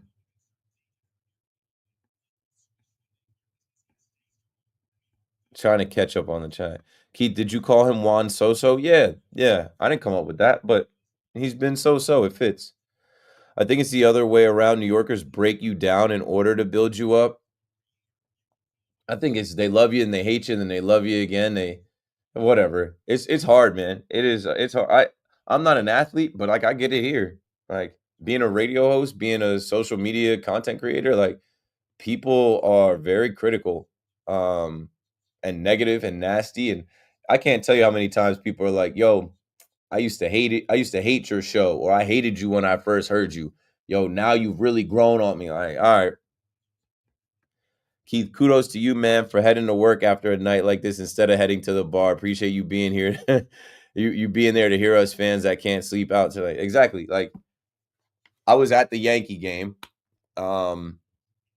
On a night like this, man, New Yorkers are partying. They're living in the victories and, celebrating. But Monday through Friday, I'm here. And I'm blessed to be someone that gets to do this, and I don't take it lightly. Are there nights where I want to go home and sleep, next to my wife in the same place as my son? Of course, but I work to get here. Like, I work to get to the radio, and it's hard to get into the radio. I didn't get an internship here. I didn't get a job here. So, like, I'm on it, man. And back to the calls and the conversation. The New York Knicks are up 2-0. The Yankees take the series from the Padres. The Mets take the series from the Diamondbacks. And New York is on top. New York or nowhere. New York versus everybody. Keith McPherson on The Fan in New York. 888-808-1019. Streaming live for 2,374 viewers. Chatting and talking. And, on a night like this, there's just a lot of people that aren't trying to go to bed, are trying to live in it and extend their night. And we're going to keep doing that. Big Mac is in here. Big Mac's got you from 2 to 5, and I've got you until we get to 2. So let me take the rest of my calls, and I'll get out of the way like I always do. Marco in Queens on The Fan next. What's up, Marco? Keith, it's such a pleasure. Thank you for taking my call. You got it. So I just want to say I'm a construction worker, right? I just got off my shift. 3 Voodoo Rangers in. So if I slip up, forgive me. All right? Okay. I'm ecstatic and over the moon about this Knicks win tonight, right? My squad hasn't won since 1973, right? This club delivered tonight. They made the city proud. This trade delivered. I don't care about these first round picks, right? Mikal Bridges, right, did what he had to do. And Ananobi, Bruce McBride, these guys are here to play. And I can't tell you how happy I am with the performance tonight. Now, I didn't watch the game because I work all night, right? But I'm going to watch highlights in 2 minutes. But the city is wild right now. All right? I'm in Queens, right? I just got off my job. I work in downtown Manhattan, right? I'm on 1st Avenue and 15th Street, right? Dude, this is an awesome feeling right now that we're experiencing. And I just want to put this in perspective, right? When you measure all the impact moments of all our clubs, whether it's the Rangers, Knicks, Jets, Giants, Yankees, Mets, right? In the pantheon of experiences, isn't a Knicks win in a big spot on Mount Rushmore at the very top when it comes to it? Yeah, it's really not, from my experience, it's really not even close, because the entire city, 90% of the city that roots for a basketball team and roots for the Knicks, maybe 10% are Brooklyn Nets fans. Not even really, like, everybody that watches basketball in New York, the greater New York City area, and all the New Yorkers that are, across the country and globe elsewhere, they're Knicks fans. It's split with the Yankees and Mets. It's split with the Jets and Giants. It's split with the Rangers, Islanders, Devils. And even so, it's just like, it's just a different vibe and feeling because everybody is in on the Knicks. Agreed. Can you think of a higher high? Like, all right, Yankees, Red Sox, maybe a Subway Series, maybe the Jets beat the Patriots. Like, what's a higher high right now than the Knicks knocking off an overrated Celtics club? Can you name, like, it would have to be an actual championship. Like, the Knicks have been so bad in their history and haven't had these things that their weight is so much heavier. You know what I'm saying? Like these wins, this is a second round. Like, they haven't won the series, but this is like such an improbable underdog win that, like, nobody had them winning the first game. Nobody had them winning the second game. There are still people. I just was looking online. I think Nick Muse has Poly Market Sports still has the Celtics to win the series. by slight, like they're 51% chance to win. So like that's what it is too, because it's doing the like unimaginable, it's doing the like improbable, I don't have a word for it, but it's like it's basically doing the unthinkable. Nobody thought that this would happen. Dude, I'm over the moon. I don't even have the word. And listen, I'm ridiculous, right? I have good vocab, thanks, right? I can't even put in words what I'm feeling right now, okay? We're up 2 games on a heavily favored Boston club. The defending champs. I'm putting money down on these games right now.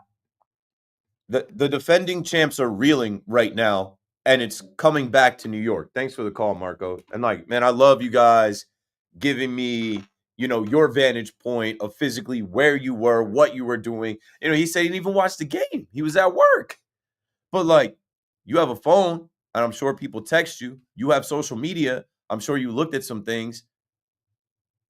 There's no way to hide it. Like, I got to sit in Yankee Stadium and watch the game, and every single section was moving in a certain type of way as that game got close, as the Knicks took the lead, and as the final buzzer sounded and the Knicks won, and you heard, "Let's go Knicks" chants.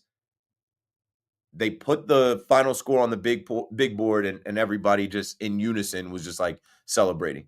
It's special, man. It's just the Knicks haven't won the series yet, but nobody expected them to do this. And they're doing the unthinkable. They're doing the unimaginable. They are beating the odds, and they are beating the champs.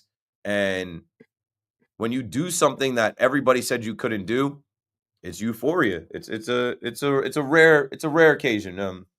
We just don't see this in sports. It's like they're like small miracles. Kenny is in Westchester on the fan. What's up, Kenny? Kenny C. My bad. It's Kenny C in Westchester. Are you there, Kenny?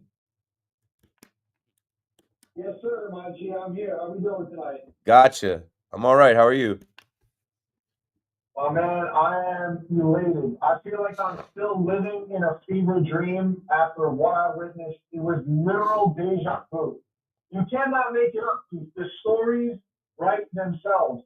The Knicks trail by 20 in the first game. They trail by 20 in the second game. They mount an epic comeback. Some of their major role guys not having good games throughout the entire game until it mattered the most. I was ready to burn it all down with regards to Mikal Bridges. I was about to be done with this guy. He wasted 5 first-round picks. And what does he do? He shuts my mouth again. He clutches up in game 1 of the overtime, and in the fourth quarter, absolutely turns it on after shooting horribly through 3 quarters and locks it down for New York. I feel like I am still dreaming. I need to be pinched because I cannot believe that the New York Knicks are up 2-0 in the series when, just like you said, all the Boston pundits, all the major big heads, so to speak, Charles Barkley, all those guys, counting out the Knicks from the very depth. Oh, this team doesn't have it. Yeah, they fought hard. It was a gritty series against the Pistons, but they barely came away with that. They barely got out of that series. The Celtics are going to dog walk them. And after game 1, everyone said what? It was just a fluke. The Celtics had a bad game shooting. It's not going to happen again. They're not going to shoot that bad again. They shot less than 25% from 3 in this game. So I don't want to hear that. The Knicks brought the defense. The Knicks brought the grit. I absolutely love what I'm seeing right now. It's funny you say the deja vu. Thanks for the call, Kenny. The New York Post back page says deja 2. And it is like kind of eerie how both games had the 20-point deficit, how both games end with Mikal Bridges' defense and literally taking the ball in the last possession and chucking the ball. Another I don't know. It says deja 2. Bridges' steal seals another miracle comeback from down 20 as Knicks stun Celtics again. What it is doing something that everyone said you couldn't do. A lot of Knicks fans were, we'll be happy to get a game. So if you were happy to just get a game, describe what you're feeling getting the first 2 games. Jeff is down in Louisiana on the fan. What's up, Jeff? Hey, Keith. So good to talk to you. I just wanted to say that as well as the Knicks have they could play better. I was watching the early part of the game. It was making me tense. And there were too many errant passes, too many missed shots from close in. They looked tense. And I've seen that before. And in contrast, the Celtics look crisp, well organized, and I was thinking the Knicks. I was actually thinking the Knicks match, or maybe even are better than the Celtics as it looks, talent-wise. I think the talent discrepancy is wrong, but they just don't play fundamental basketball well enough. And then I felt so tense. My wife said we were going out to order out for dinner. I'm going with her. I got away from the game. I couldn't take it. Come back and look at the phone, and it's toward the end of the game. It's toward the end of the game, and it's, my gosh, the Knicks are up by 1 point. It's like I put it on, and then it was so dramatic at the end again. And I can't say enough about Mikal Bridges. He not only blocked Tatum's shot, but then he wrested control of the ball on top of it to just absolutely cinch it. I can't even really fully feel the exhilaration yet because it just made me so tense. I'm still coming down from the early part of the game. But the main thing is, I actually think they really have a very good talent level. I think Thibodeau has done an incredible job. I think Towns, Anunoby, Brunson, they're all much better players than when the Knicks when they first traded for them. I think that's one thing Thibodeau deserves credit for. I know I'm just running away, but I think too, even though they don't have very many future draft picks, they have Dedier, they have I like Hokporty, I like Kolek, and I'm rooting for Keith McCullough. I said this before, or Kevin McCullough rather. He's I've heard really good things about him. He's 6'7", kind of a small forward, and it's from Kansas, I think, U of Kansas, I think. And he's sort of one of these multi-capable players. So I think they do have a future bench. Besides, already they have McBride and Mitchell Robinson. I hope they don't trade him. Thanks for the call, Jeff. I'll say this. I'm not worried about the Knicks' future. Their time is now. And we talk so much about their window. Their window is now. And they're seizing the opportunity. They match up well against this Celtics team, especially, again, a compromised Celtics team that's in shock right now. Can't believe they lost 2 games on their home floor after they won the whole thing last year, right? It gets in your head a little bit. But again, and I say this every week, this is why we watch the damn games. This is why people are at a Yankee game live looking at their phone. Because we don't know. This is why you're allowed to go bet. This is why sports gambling exists. Right now, if you put money on the Knicks, you're probably feeling really good about yourself putting the money on the Knicks game 1, game 2. This is why we're fans. This is why you have a fanatical belief in your team and your fandom and a hope that, hey, yeah, they said we can't win, but they got to roll the ball out there. And these guys that play, they put their shoes on the same way. They put their pants on the same way. They're humans. And the competitive spirit, that guys like Jalen Brunson say they like that. Jalen Brunson's used to people his whole life telling him what he wasn't going to be or wasn't going to do. And he put in the work and proved them wrong. That's all they're doing. They are proving everyone wrong. They have a chip on their shoulder. Have you ever proved someone wrong in your life? Has someone ever told you weren't going to be something, you weren't going to do something? Has someone ever underestimated you? And then the feeling you got when you proved them wrong feels good, doesn't it? And then it feels really good to do it again. That's where the Knicks are right now. 888-808-1019. Tony in Montreal back on the fan. What's up, Tony? How you doing, Keith? Great. I love the actual. I can feel the love for the Knicks in Montreal from the guys that were just on your show just now. It's amazing. It's almost like the same vibe when Montreal was doing well in the current run, and the love is really great. I was going to say this guy Brunson. I don't know very much about basketball, but because the playoffs are at the same time, I saw this guy Brunson playing. I don't know what game it was, but there was a crazy game down to the last second, and then there was shots, and then they didn't count. And then Brunson was on the field. This guy, the best compliment, Keith, I can give this guy. He looks like Josh Anderson for the Montreal Canadiens. He's a beast on the basketball court. He's not afraid. He goes after the ball, and he can really.